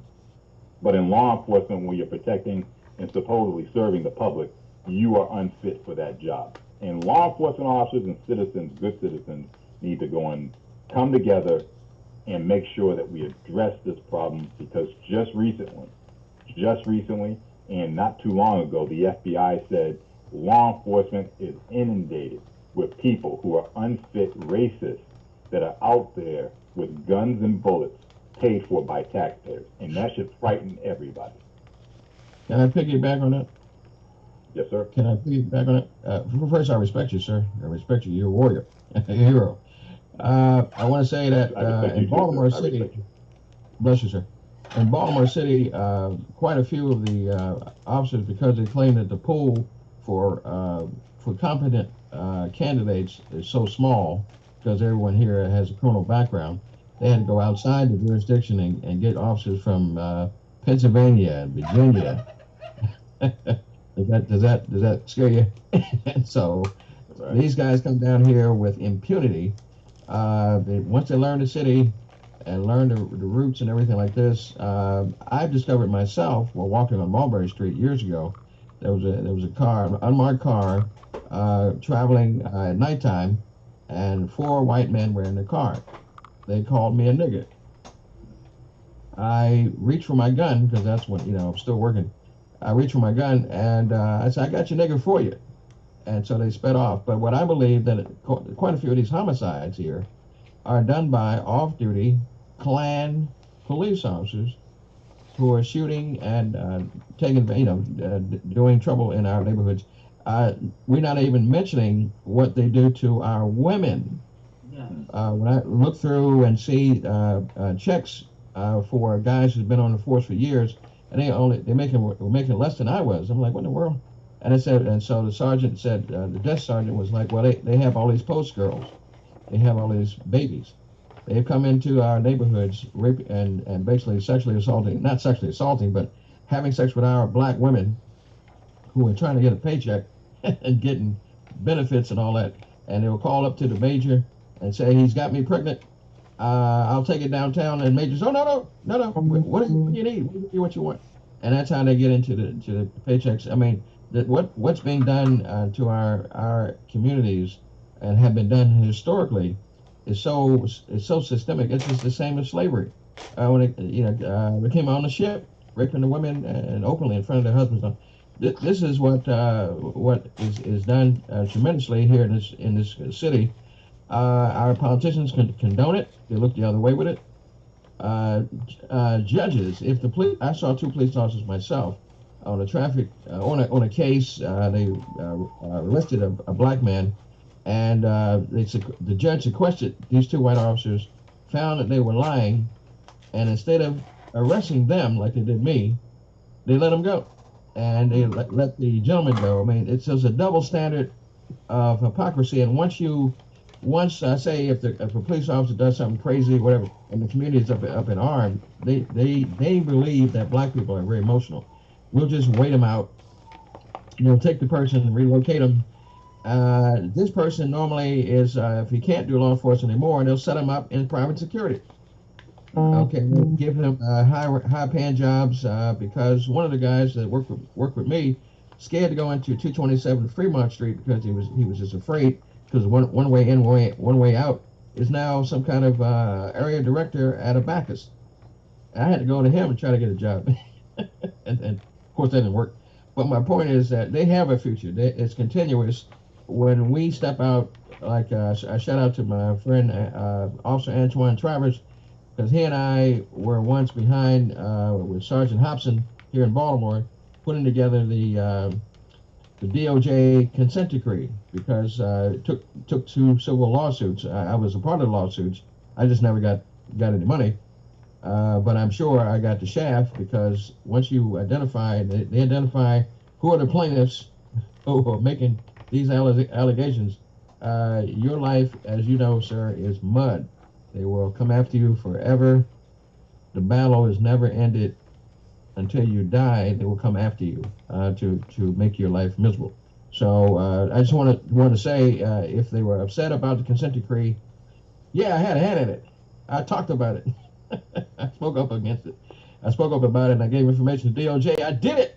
So now I'm going on record to say I did it. And maybe you and I can talk offline, sir, to actually create an organization that actually deals with former officers who have taken the whistleblowing concept to the next level. Well, I know in Maryland a few years ago, Tawanda and I met at the Maryland State House during some public hearings, and one of the Maryland Tawanda, can you help me out? What's Jill's last name? Jill Carter. What, Jill? Yeah, Jill Carter. Yes. She and I had drafted a bill for police officers, which was a whistleblower protection bill. And the bill was pretty important because it actually afforded cops a moment to be told by their employers that if they went forward to tell their employers about information regarding other police officers, that the employer might use that information against them, and that there should be a pause to tell that police officer, get a lawyer. If you volunteer this information, it may be used against you because that's not something that the police agency protects police officers with.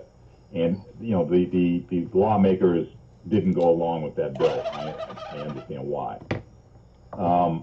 So we need to have more citizens and more people coming together that are willing to sit down with politicians, just like with Jill. She's very open to talking about and making sure that the discussions then all of a sudden become a law, become a bill that then all of a sudden there's some public hearings about, and that people can then address these elected officials to say why it is that they need these type of bills and police reform measures in place. Having cops talk amongst themselves, I've tried that in the past, and it's a good experiment, but unfortunately it's a lot of time wasted from my experience. What I ended up doing is more or less forming my own consultancy business, where I address the heart of the problem, which is when people are harmed by police officers. Many times it's a white guy that steps in that has a bias, a natural bias, that was maybe a former law enforcement officer, that says that all the guys did everything correctly, instead of having a neutral, unbiased view like myself, and can say, they did this right, but they did this wrong. That's something that I think more police officers, especially the former law enforcement officers, should look to try to dive into, because if people like Tawanda are looking for an expert who can come in and testify and they can't find anyone that is unbiased to look at their situation, they're going to lose. They're going to lose tremendously in court. So having more black officers, because there are very few black officers that are expert witnesses being, recognized by the federal courts and local courts as being experts based on their reasonableness of experience in that profession. That is what I try to push more black officers to do, which I believe would be more beneficial to society. I agree. We've got a question I just like online to add, is this, asking why police is the executive police reform union so form? powerful, and why hasn't it been investigated further? Say it one more time. We have one last question from a commenter. Why is the police union so powerful, and why hasn't it been investigated further? It's important to think of the police union almost as if, like, let's say, for instance, police officers, whether they go out and do the right stuff or the wrong stuff, they still have the same union. That means that,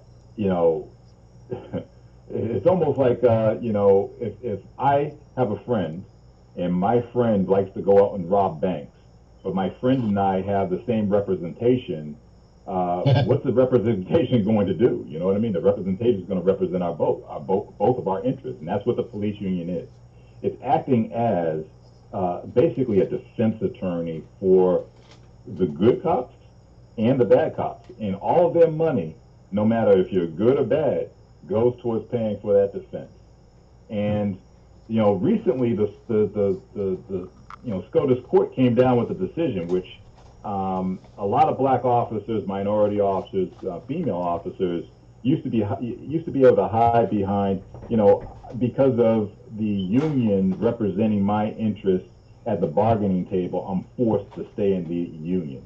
Well, the court about a year ago came down with a decision that said that, you know what, you don't even have to be a part of that union. You could leave that union, still receive all the benefits of the bargaining from the FOP, and have your own representation and not be a part of that body whatsoever. And I'm waiting to see, now that that is the case, are black officers who are tired of having to pay their union dues to these type of unions that, have all type of animus towards them. As a black police officer, you already know as a black man that you're not welcomed in law enforcement. Think about being part of a clubhouse, where, yeah, you're part of the clubhouse, but everybody else is inside the club, but you're standing outside, sitting on a bench because you're not allowed in the clubhouse. That's what it's like being a minority police officer, if you don't go along with the program, as the pastor has already told you. If you go along with the program, they'll welcome you in because, hey, you know what? They need a token. And they'll take you on in, and they'll feed you all types of beer and wine and food and give you all Fried types chicken. of fried chicken and watermelon and everything, right? Because they need you sitting up there like a Kanye West talking about Trump is great. You know what? Trump is going to invite Kanye to the White House every single day as long as he's sitting up there talking that, right? That's what it's like in law enforcement. If you're the black cop who sits up there and toes the line, the party line of, hey, you know what, we're all out here trying to do the right thing and no one's getting hurt, no one's doing anything discriminatory, man, they will celebrate you and put you, they'll hang a picture on the wall of you sitting up there as that person that they can say, well, if you have a problem with racism, go talk to my buddy, the black guy. He'll tell you that we're not racist here. And, we got to speak beyond those people.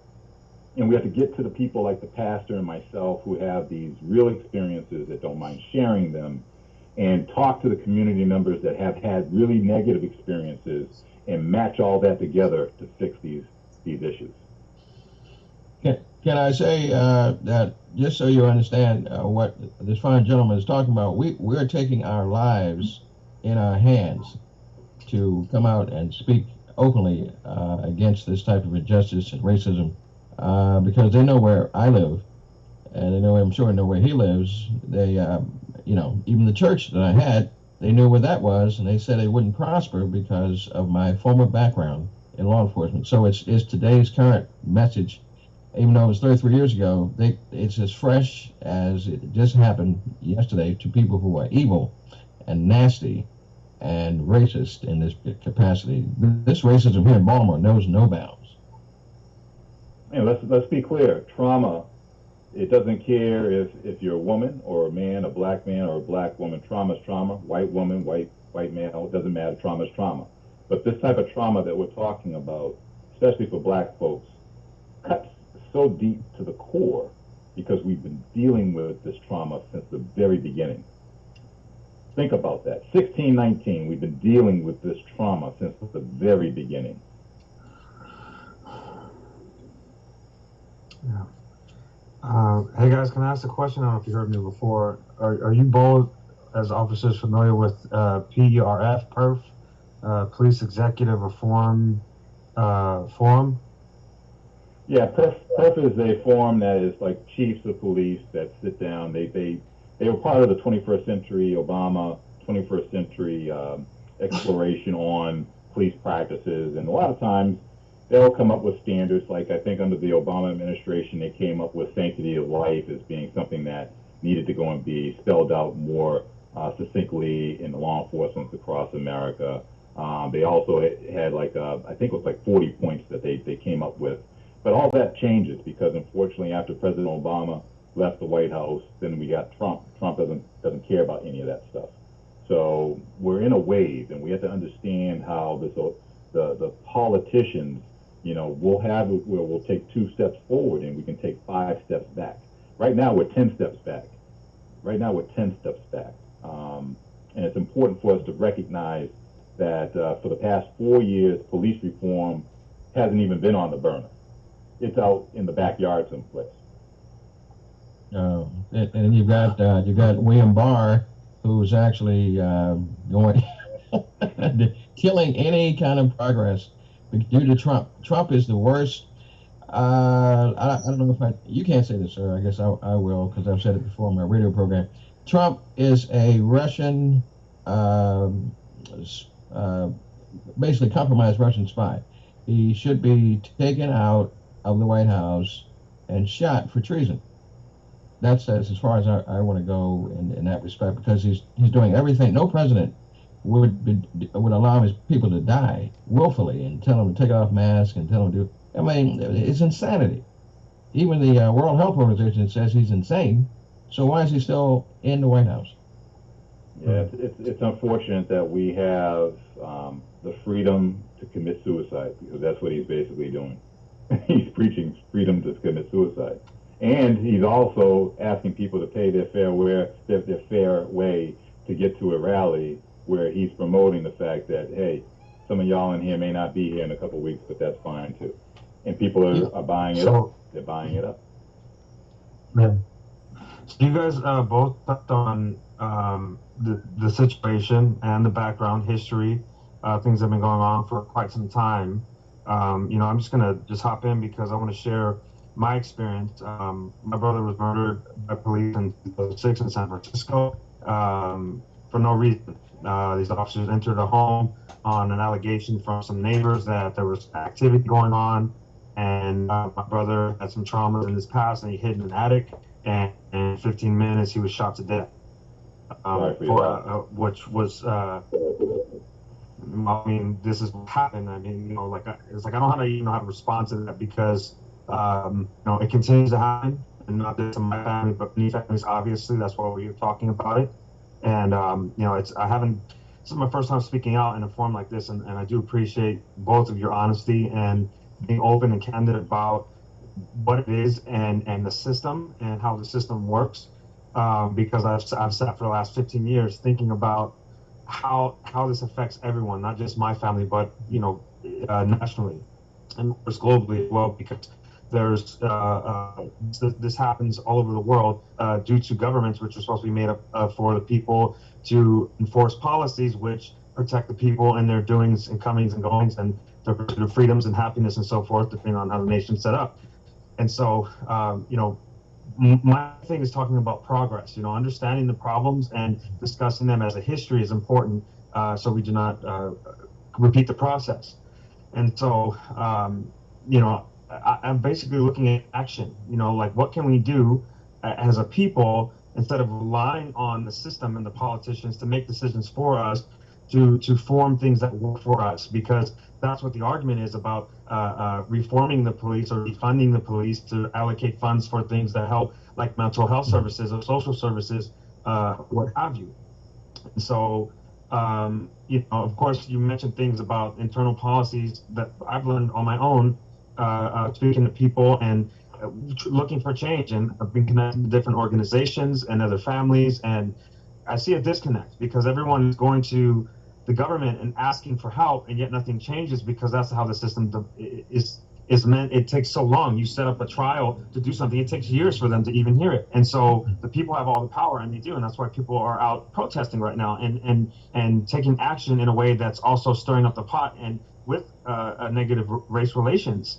You know, this is bringing on, it's bringing light to the issue and lifting the rock and bringing light to things that are under the rug and all that stuff, which everyone knows is here, and expecting change. But I see nothing happening that is truly substantial, but people taking action, right? And so looking at this as how we truly help people is focusing on each other and creating community reform with each other that these other public agencies will adopt because it's what the public wants. You know, it's what's necessary. Because how many years are you going to wait for change and expect it to happen, and nothing happens? You know, there was no reason my brother should have been killed. If he was a barricaded suspect, hidden away in an attic because he was fearful for his life because he was beaten as a child by officers many times, you know, what's wrong with that? Regardless if he was on probation or whatever he was dealing with. You mentioned earlier about the slogan or the motto that's painted on the side of cars. I'm a regular person, a human being that looks at that, and I think that's their code of ethics and morality, and that's what they uphold. And yet you're saying that it's not true. And so I've known this for a while because I'm like, well, if the officers are not there to protect us, they're here to protect the issues of the state. You know, the state and property, money. And capitalism. It comes back to that issue. You know, go ahead.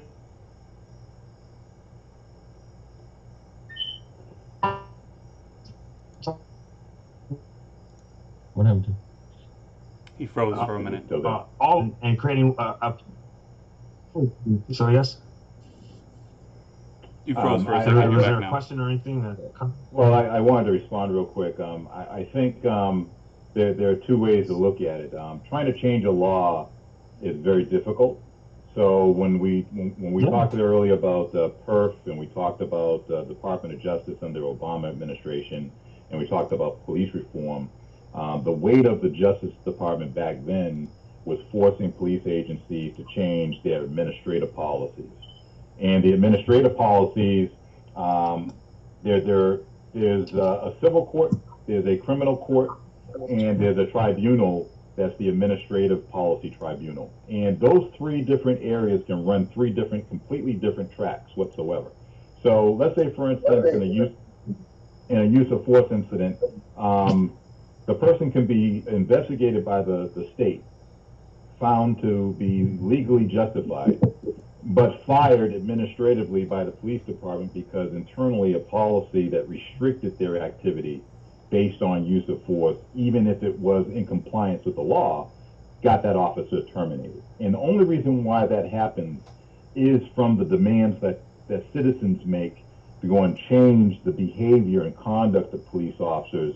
So, you know, the long-term stuff is, changing a law to go and restrict some of the court decisions that have given and granted police officers this extreme use of authority and power.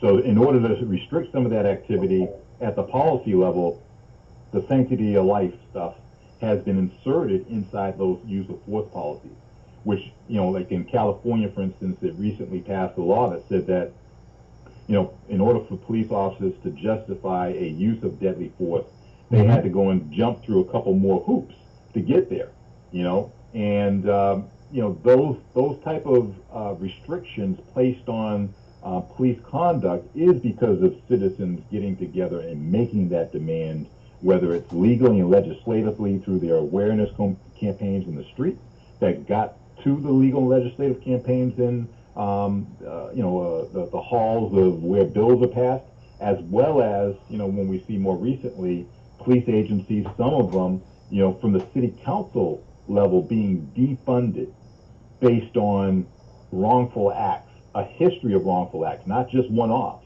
but a history of wrongful acts that come to light, that all of a sudden the citizens looked at those city councilors and said, look, you don't get this done, I'm not voting you back in, your ass is gone. And then all of a sudden there's some change at the local level. So it's important for us to understand the nuts and bolts of this stuff are very, very dynamic. And at the same time, the people ultimately, if they get together, have a lot of power. They do. Yes. Right.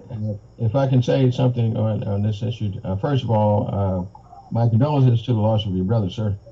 And may God ever bless you, and He will, and He has. If it's going to be any time at all to make change, is during an election year, when everyone is being held accountable, when politicians are being, you can actually hold them extremely accountable by bringing these questions up to folks who are running as candidates and seeing what their stance or viewpoint is. Of course, you can take it worth 50 cents based on, you don't know whether they're telling you what you want to hear or what they will actually do, or what they think they can do, because once they get in office, they'll run into some issues of some folks. I'm just saying that whether it's for the White House to Congress, to the Senate, there always, and the folks who are actually doing it cannot be fully trusted either, because they have their own agendas. The only person you can trust is God. That's it. Who can actually move on the hearts of people, move on the hearts of evil pharaohs of this time to get them to do what He wants them to do, and then move from there. So that's really what I need to say on that. Okay, clear on that, and yes, if we all, with God, all things are possible, of course. And again, not talking about religion, because not everybody understands, or they're in the practice of understanding, and they need to be taught, and that's why you come to class every Sunday or whatever time you choose to start learning about that, when you raise yourself in your vibration, frequency, and to connect to source. So, this is something different for another conversation, but I totally agree. Now, what's the difference between when you go to a police commission meeting, because I've been to quite a few of those, trying to find out what happened. I filed a complaint with the Offices of Citizen Complaint, which is also considered internal affairs. And from our situation, well, the thing that I filed, from his wrongful death, what I got was, it was a policy and training error. And, that was it. Nothing happened. There was no apology, here, let's get connected family with some services. We know what you're going through, nothing. And so this happened. We waited 8 years to go to federal court, to put my deceased brother on trial, and they used every aspect they tried to do from the narrative that was brought out during the time of the shooting, to using every tactic saying that he was armed, or he did this, he did that, to sway the opinion through the media. All of the tactics were used, every single one of them. Yeah, and so that's right. once we went to federal court, even that was wasn't allowed to sit by my mother's side for the entirety of the trial, which was 30 days. I got to go in closing arguments, and then, I got to see my brother's head blown out in the pictures of how they alleged whatever happened, so they could paint a picture of how his life was stolen. And so that's what drives me, because I'm never going to get that image out of my head, ever. And there's no the type of treatments that are out there are substandard. I'm a healthcare worker. I'm a nurse. I'm an EMT. I've been in healthcare the last 15, 20 years. And I know there's different actual police departments where that they're part paramedics as well. Why can't officers be trained? I know this is another subject. I'm talking about a lot of different things, but I have a lot to share.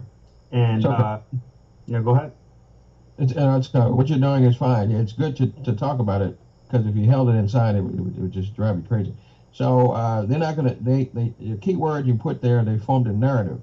And that's usually a story that helps them to be in a good light and helps everyone else, because it's really what I was taught at the Academy, they still do, is, and I'm sure that the other gentleman can confirm that, is us and them. and it says you're them. So you're always going to be them. They're never going to take responsibility until you corner them, like Tawanda said earlier, into the hole. You're going to have to get a private investigator. You're going to have to try to see if you can get the medical examiner, if he's not bought and sold like ours is down here by the police department, see if he can come up with something different, a homicide, opinion or diagnosis. But whether you go on talk shows, talk about it, you have to bring light to it. They hate exposure. They hate being embarrassed, and they hate being caught with their pants down. And that's what you're going to have to do. It's a life work. I'm glad you worked with Tawanda Jones, because that's kind of what is your passion now. That's the baton your brother left you to solve his murder, and that's what it was, murder.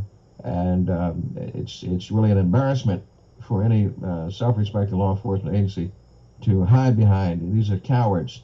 These are not folks who are worthy of carrying a badge and gun. These are chumps. These are cowards and punks, not deserving of the title. And I'm sure my esteemed colleague can give you more information, but you're going to have to probably get, like I said, some private investigator, somebody to look into what they have done and check behind them. Well, how does that work with the statute? Well, is there a statute of limitation?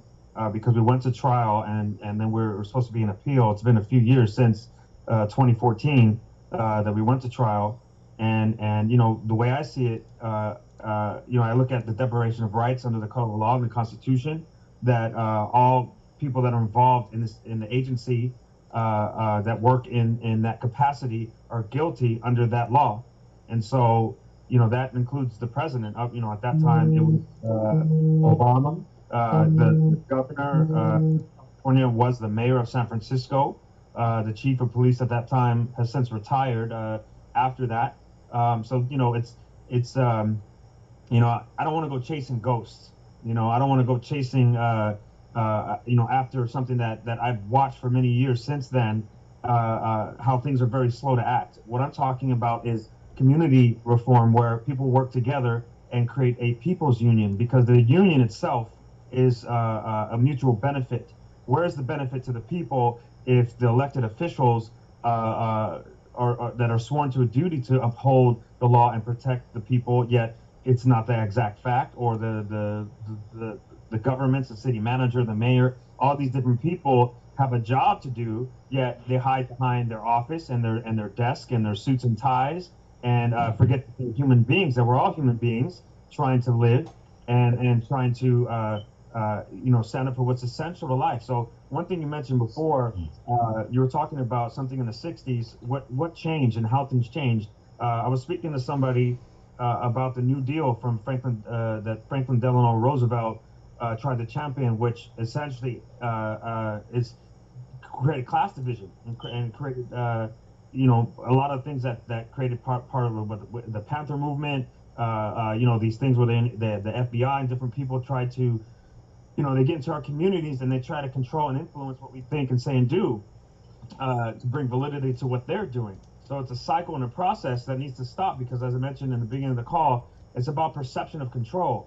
Once you start believing that you're under control and that they are doing this and them and they, what I see what's happening is they're using psychological tactics on the people. Why? Because I went through 8 years of waiting and listening and watching and learning and studying what happened, what went wrong, and being a public servant myself, and not understanding why there is an injustice, and how what is justice, and what does it mean, and what does it mean to be free, or what is a liberty? What are the laws? What is the Constitution? All of these things that most people in the United States don't study. What's interesting is that foreign people that come here, they know more about the Constitution because they have to take their test for their green card than people that have been living here their whole lives, because they don't teach these rules the right way. And so these are important things that we should be teaching each other. But the issue is that we have to continue to work in a system where you have to spend most of your day at work. And then we were talking about the teacher earlier that called the police on the boy for having a Nerf gun in his own home while he's in school on Zoom, because that's the new normal for this pandemic, right? And so you look at these policies and laws that govern our lives, that are supposed to help improve our lives and keep us all healthy and happy and living as a society. Yet the system is not. They say people fail, systems don't. But then you have the system that's failing the people. So then you have to go back to the root of the issue. People create things that are not in opposition, but move in a different direction, that bring peace and prosperity through understanding, through education, through uplifting. You yourself are as a pastor. I've been working with other pastors that are trying to bring the disparity of wealth and change that to create from poverty to philanthropy. You know, this is what's necessary for the people, not to fight with each other, because that's essentially what starts all of the crime or the misunderstanding or the prejudice, which then leads to the racism, which leads to the systemic problems. You know, it's getting to the root cause and starting a new grassroots movement for the time that is today, because everyone's interconnected on the internet. Everybody is talking to one another, and yet we still follow the old ways of the world and not creating a new world for now. We have to understand history or we're doomed to repeat it. And so, you know, this is a culmination of my life and my purpose. You know, I've been forced in this trajectory because of what happened, and it's hard to let it go. Yet learning to forgive but never forget is part of the process of healing, of closing the wound. It's the wound. Was it? I was watching something. Someone that was speaking about a knife that's halfway in your body, and that continue. You know, you take out the knife only 4 inches. Well, the knife's still in there. You never get to take the knife all the way out because the wound never healed. Remember, I'm a nurse, so I'm looking at how you start the healing process, and from health, and health is wealth, right? If you're healthy in the mind and body, then you can uplift your community and support the community with with peace officers, okay? With unarmed people that are hired in the same departments, so that way there is public oversight and they give people jobs. You know, who was I walking the other day? There was, I think it's in Chicago. These guys walk around, they're from the hood. You know, and of course there's a lot of murders in Chicago. Like, people live their life and they don't want to talk about what really goes on because you know, stitches get stitched, all that stuff. You don't play the game. Everyone wants to play the game. The way that you win the game is you don't play it at all. That's how you end it. And that's how you bring change. You know, and I'm getting hyped up, you know, because this affects me. This is what trauma is. This is PTSD. You know, and even to be diagnosed with something, does that help me? Does this give me a disability treatment so I can take time off of work? No, I have to work just like everybody. Changes. You know, and you know, wait for 15 years for something to happen. You know, it's a long time, but I know there's, you know, generations who do the same thing for hundreds of years, not thousands of years. You know, so how we is looking at life and creating abundance through prosperity and peace. And that's the foundation. It's not you. The systems are going to be the systems because they're designed to be that way. They're never going to change. You know, it's meant for one class or the other. Yet the whole world is watching. So how do we change the world? We have to change ourselves. We have to have belief in ourselves, empower each other through that belief, and then start by looking at all aspects in community and focusing the whole community on individuals. Why is there a $2.3 trillion bailout when there's only 330 million people in the United States or more? Yet you could focus on each individual because we have an identification number called a social security number. Our telephones have a telephone number, has a MAC address, IP address. We are identified 1,000 times over. So why are we pretending like we're not monitored? Why are we trying to say there's no big brother when brother's not acting like a brother and uncle's not acting like an uncle? You know, where's the family? You're monitored daily and hourly. So we are monitored daily and hourly, going through the computer. I read somewhere, and I appreciate what you're saying. I read somewhere years ago from some brothers out of the Midwest that if you have a live cable wire in your home, if you take a video recorder and put it on a certain angle, you'll see a red dot on your TV. That means people are watching you while you're walking around butt naked in your living room. People are watching you when you're going out downtown. Downtown in Baltimore. Matter of fact, a friend of mine took a cloth and puts it over the TV. So I said, "Why are you doing that?" He said, "So they won't be looking at me." So yeah, it's that deep. Naked dance, you know, like, let them see, because they're gonna want to watch anyway. We're voyeurs by nature. What does it mean? That we use our eyes to see, our ears to hear, our mouth to speak. So if that's what we are, then don't be afraid of it. What are you hiding from? We all have bodies. We all fart. We all eat. No. I don't want anybody. I don't want anybody from the outside. I'm talking about from law enforcement or CIA or the alphabet soup. Watching me and watching my wife. Yeah. Well, your boy Snowden already blew the whistle off that one, and he's already said that. He said what has been the deal, right? But and under what court? The federal court or the international court? United Nations? Are we united as humanity? Or are we separated? If you think about it, somebody was mentioning. I was watching something talking about we are in North America, right? You got Central America and you got South America. Yet we're fighting to build a wall against America. Okay, we're all Americans, all the way down from Alaska, all the way to the tip of Buenos Aires down there, Brazil, wherever that's at, right? I don't know if I'm saying that right, but you know what I mean? Like, we're all human beings, and when you get back to that fundamental, that's when you start. That's the essentials for living, right? This is a solution. I'm not talking about just talking and talking over. I don't want to waste my time because time is short. We don't have a lot of time here. But let's start getting to taking action with each other and making things happen. I'm part of a school of prosperity that's international and there's no age limitation, which means anybody can set up an account to create wealth for each other so we can free each other's time so we can heal each other. You can use what have you started in the state where you are? What organization have you started to start this defense of the regular people? Well, it's not a defense. It's not an offense. It's not an opposition. What it is people connecting through basic human connection. And so I searched out because of my story, my why, as they say, the type of industry this is. It's a business industry, right? And so there's an industry that makes $200 billion a year, and that's network marketing or direct sales. Okay, so I'm learning from the corporations, which are then designated by the establishment, which is the government. So everyone pays their fair share in taxes, supposedly, right? We all know that if we start talking about that, there's a disparity with wealth that way. If the larger corporations would get back, because the corporations are built by who? By people. The businesses, small business, built by people that are scaled up by people and customers, and people spending money and sharing their goods and services and time. That's all it's about. We're all doing the same thing, yet we're all divided because everyone's being self-absorbed. And so this organization, I reached out to some mentors because I'm in this business. I'm trying to help heal myself because it's been difficult. It's every day dealing with this. I have chronic pain. I got into a car accident. Not only that, I'm dealing with trauma. I get into a car accident, so that exacerbates my condition, and it makes my fuse very short. Right, I'm about to pop off because I'm dealing with real life every day. We all are.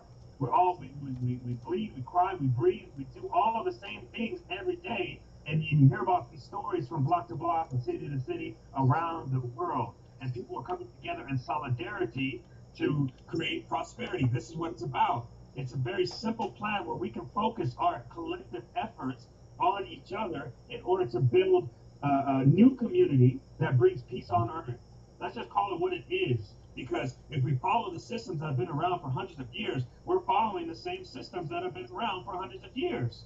We have to create something that is our own and balance that power in ourselves to uplift each other. That's the whole point of a lot of different organizations in our world. Okay, and that's what we're doing. Before you go that route, because when I dealt with successive deaths for about 4 straight years, and this nonsense I've had to deal with for 33 years, I had to go get counseling. I had to get grief counseling. I had to go and I had to see a psychologist to help me out. And before you start campaigning to do some other things, you first must heal yourself or be healed. And that would be right. Have you had that, sir? Because that's important. Oh yeah, of course. Yeah. I've been in treatment ever since, and so this is the thing. So I've connected with another company that is offering a way for people to offer mental health services without insurance and make money from that process. Oh, that's great. I might need it myself. Okay, you can have it, and you can make money from it too. Why not? Well, I hate to jump in, but for time's sake, because we could literally go on all night, but I respect everybody's time on this line. I respect my brother Ben that's hosting this. Like, I respect everybody. So if you don't share the information, my brother, I'm definitely going to share, and I'm glad that you was actually able to tune in because, like, for months I was trying to get my brother to come on, and I would, every time we had special guests, I would put a picture up, but I didn't know he was going to be on here, so I'm thrilled that you're on here. And if you could share the information with me, I could definitely share it out to everybody in their inbox or however which way you want to share it. So I'm glad that you actually shared it with us. And if you definitely want to come on another week, let me know. And that way I can, put your picture up, let everybody know, and give you the due proper respect that you deserve by like putting you on. Because whenever there's victims, I always put the victims on first.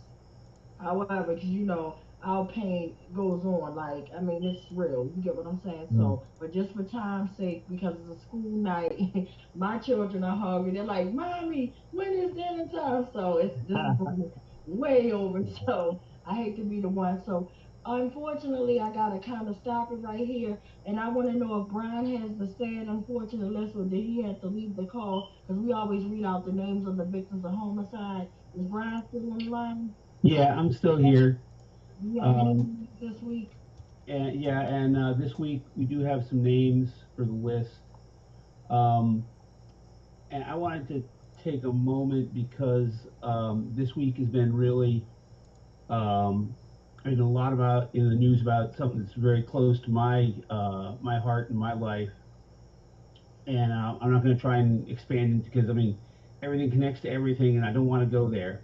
But I do want to talk about as I believe it's Ken mentioned, people who, when police are coming and encountering people who have mental challenges, mental disabilities, whatever you want to call it.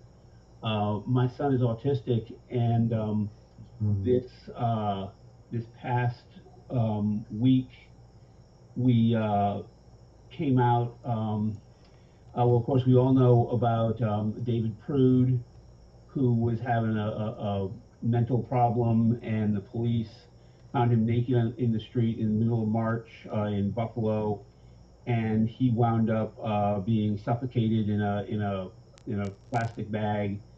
Um, Also, this past week in Salt Lake City, a 13-year-old boy named Lyndon Cameron, um, who's a white kid, so this can happen to. I mean, this sort of thing happens to people all the time, regardless of race or anything else or age.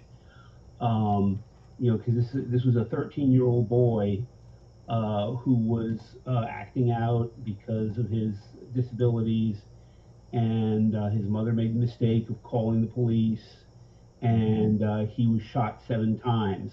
Hmm.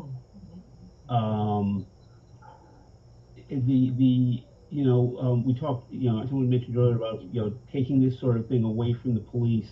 Most people don't know it, but 89% of the time that police spend in Baltimore is like one of the most violent, crime-ridden cities, unfortunately, in the country.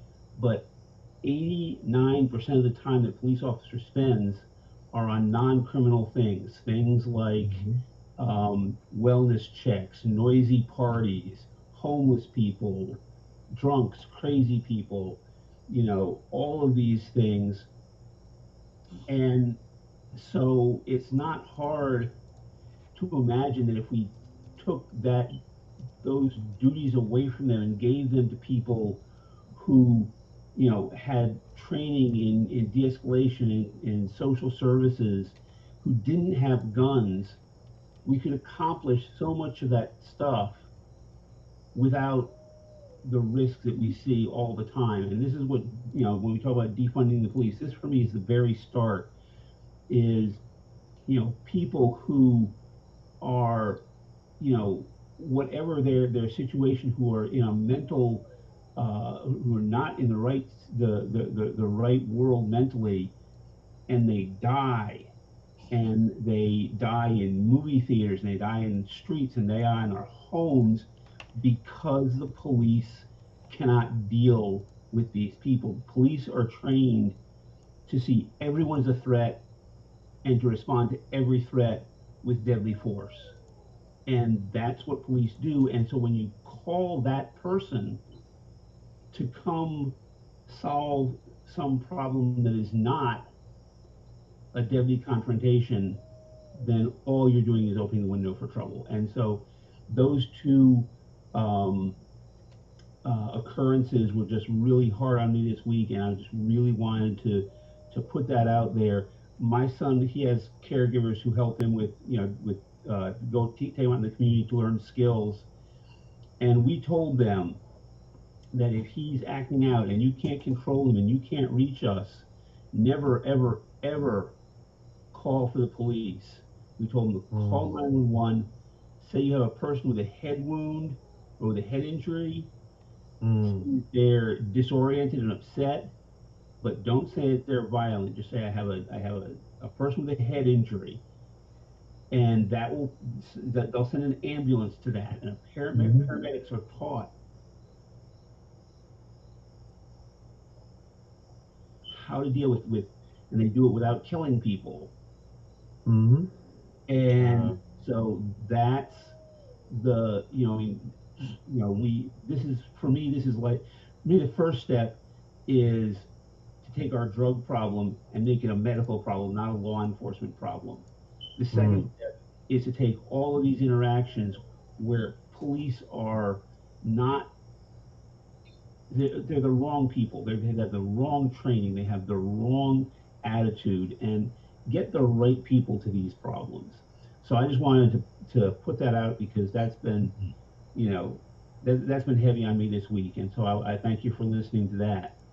And of course, the other thing that I have that's kind of heavy this week is the homicide victims here in Baltimore.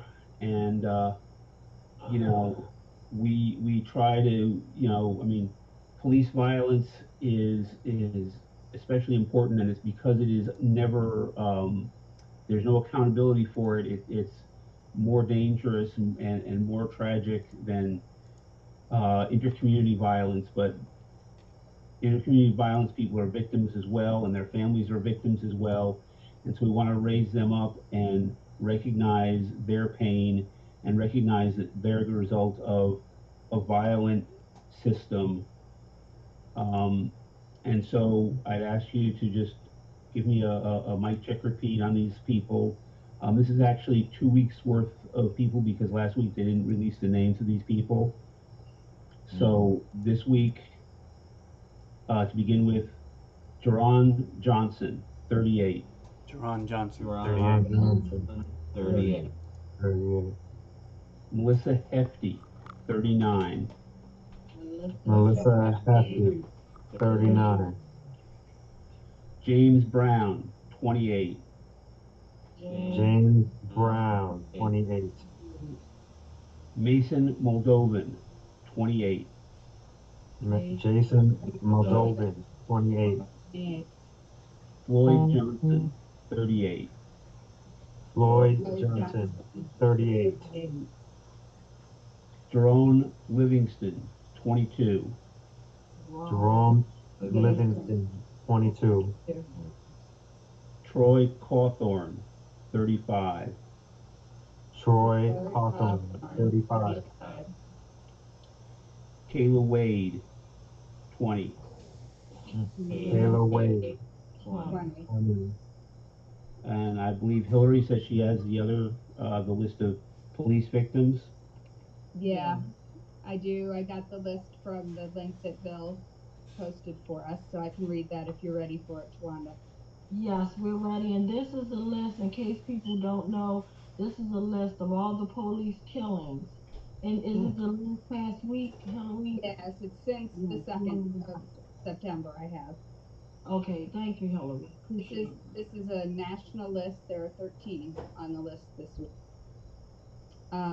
The first from September 2nd is Dion K, 18, from DC. Dion K, 18. Dion K, 18. So the next one is September 3rd, from Washington State. He's 48, Michael Rhino. Michael Rhino, 48. 48. The next one from September 3rd, from California, was unidentified. There was another one on September 3rd that was an unidentified male from Iowa. There's another one from September 4th from New York. Steve Smith, 33. Steve Smith, 33. Next one is September 4th from California. Joshua Beatty, 38. Joshua Beatty, 38. Next one is September 5th, an unidentified male from Michigan. Next one, September 5th, a male from Texas, Major Baldwin, 61. Major Baldwin, 61. Again, September 5th, unidentified male from Illinois. September 6th, unidentified male from Nevada. Another September 6th, unidentified male from Virginia. Again, September 6th, from North Carolina, Vernon Billy Stiles, 54. Vernon Billy Stiles, 54. And the last one, September 7th, from Indiana, Jeffrey Meyer, 51. Jeffrey Meyer, 51. And as we think of all of these folks, we also have to remember, as Tawanda always reminds us, of the families who are all grieving for all of them.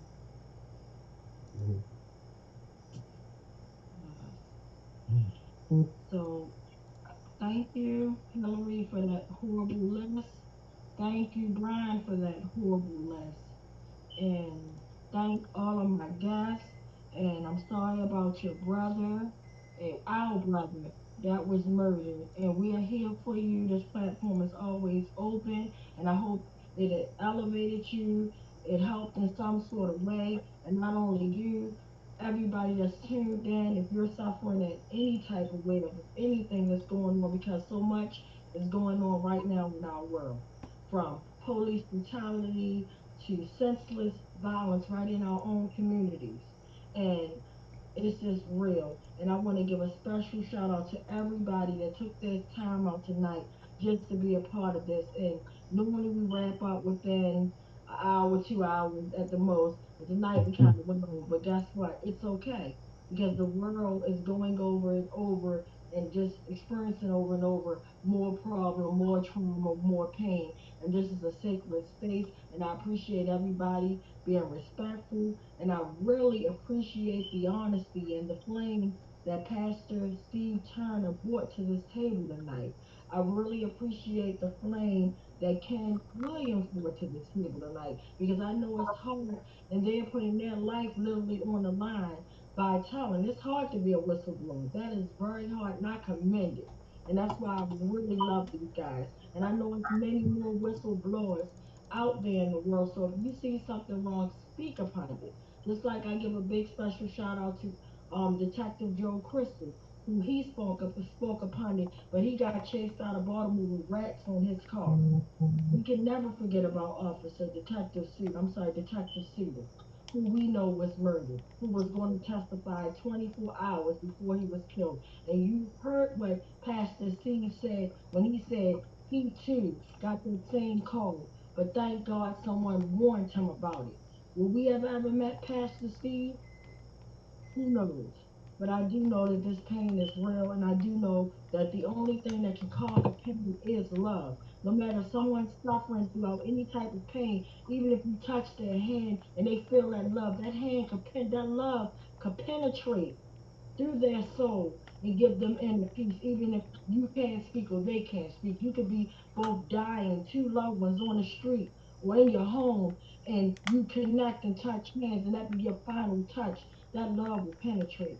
Let's let the love penetrate through this world right now. Let's not let hate win. Let's do what we're doing. Keep having these uncomfortable conversations, but at the same time, being respectful and coming up with solutions. Because guess what? We can all put ourselves together and we can win. But I cannot, but we can win as a whole. And if we know that all these issues are connected, just like I said to the highway and household, it's either we're going to do something now or it's like justice or else. And I don't ever want it to go down that route. So to close it out, Ben is going to put on a video that we've seen many times before, but it's justice or else. I probably don't have the name correct, but Ben is going to take us out here. So again, I thank you guys for all your time because remember, this is a day that we have never seen, Unfortunately, it's a day that we will never ever see again. And with knowing that, and if you are granted that opportunity tomorrow morning just to open your eyes, that's a day to hit that reset button and give it the best shot you got. Show somebody some type of love, because guess what? We all need it. Live to love to live, and I love you guys all. Thank you so much. Mic Tawanda, check. Thank you. mic check. Tawanda, do you want to just let people know to keep their eyes open for social media in the next couple of days? Yes, please, thank you for that reminder. Please, I urge you guys, please keep watching social media because we have something very important that we're going to need you guys on top of ASAP. So please, right now, just keep your eyes on. We have something definitely coming out. You don't want to miss it.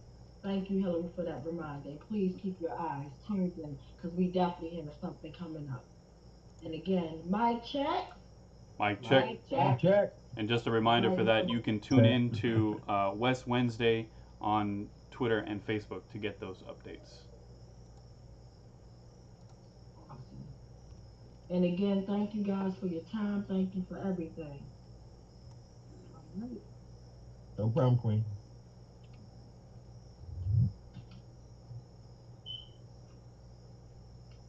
This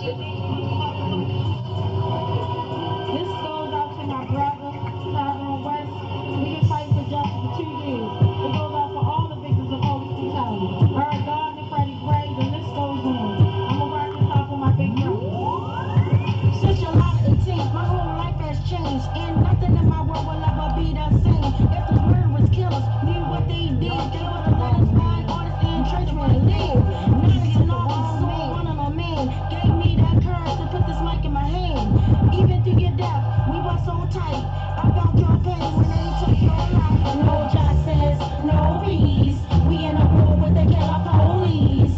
No justice, no peace. We in a war with the killer police. From your steel-toe boots to your blue hats, the worst gangster police in the leader is bands. Last night you hit a chair and broke the leg.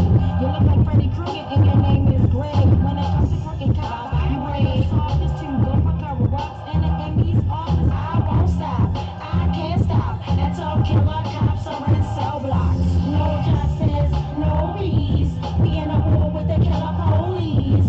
No justice, no peace. We in a war with the killer police. Stephanie Rollins, like I won't dare call you mad. You don't give a damn about the community or show that you care. With your fake smile, you a cover-up girl. You don't give a damn about nothing unless it's in your world. I won't stop, I can't stop until killer cops are in cell blocks. I won't stop, I can't stop until killer cops are in cell blocks. Your favorite song was and you don't even know it. Your whole life made a movement and the world starting to show it, cause you was a no-limit soldier. I thought I told you, God picked the king. And he showed no justice, no peace. We in a war with the killer police. No justice, no peace. We in a war with the killer police. That's my life. We'll never be the same. I promise to put a lot of laws up under your name to put an end to police brutality. Stop the stereotypes while driving black in society. I won't stop, I can't stop until killer cops are in cell blocks. I won't stop, I can't stop until killer cops are in cell blocks. No justice, no peace. We in a war with the killer police. No justice, no peace. We in a war with the killer police. I won't stop, I can't stop until killer cops are in cell blocks. I won't stop, I can't stop until killer cops are in cell blocks. Hashtag Tyrone West, YouTube, Baltimore Black, and these killer cops belong in cell blocks.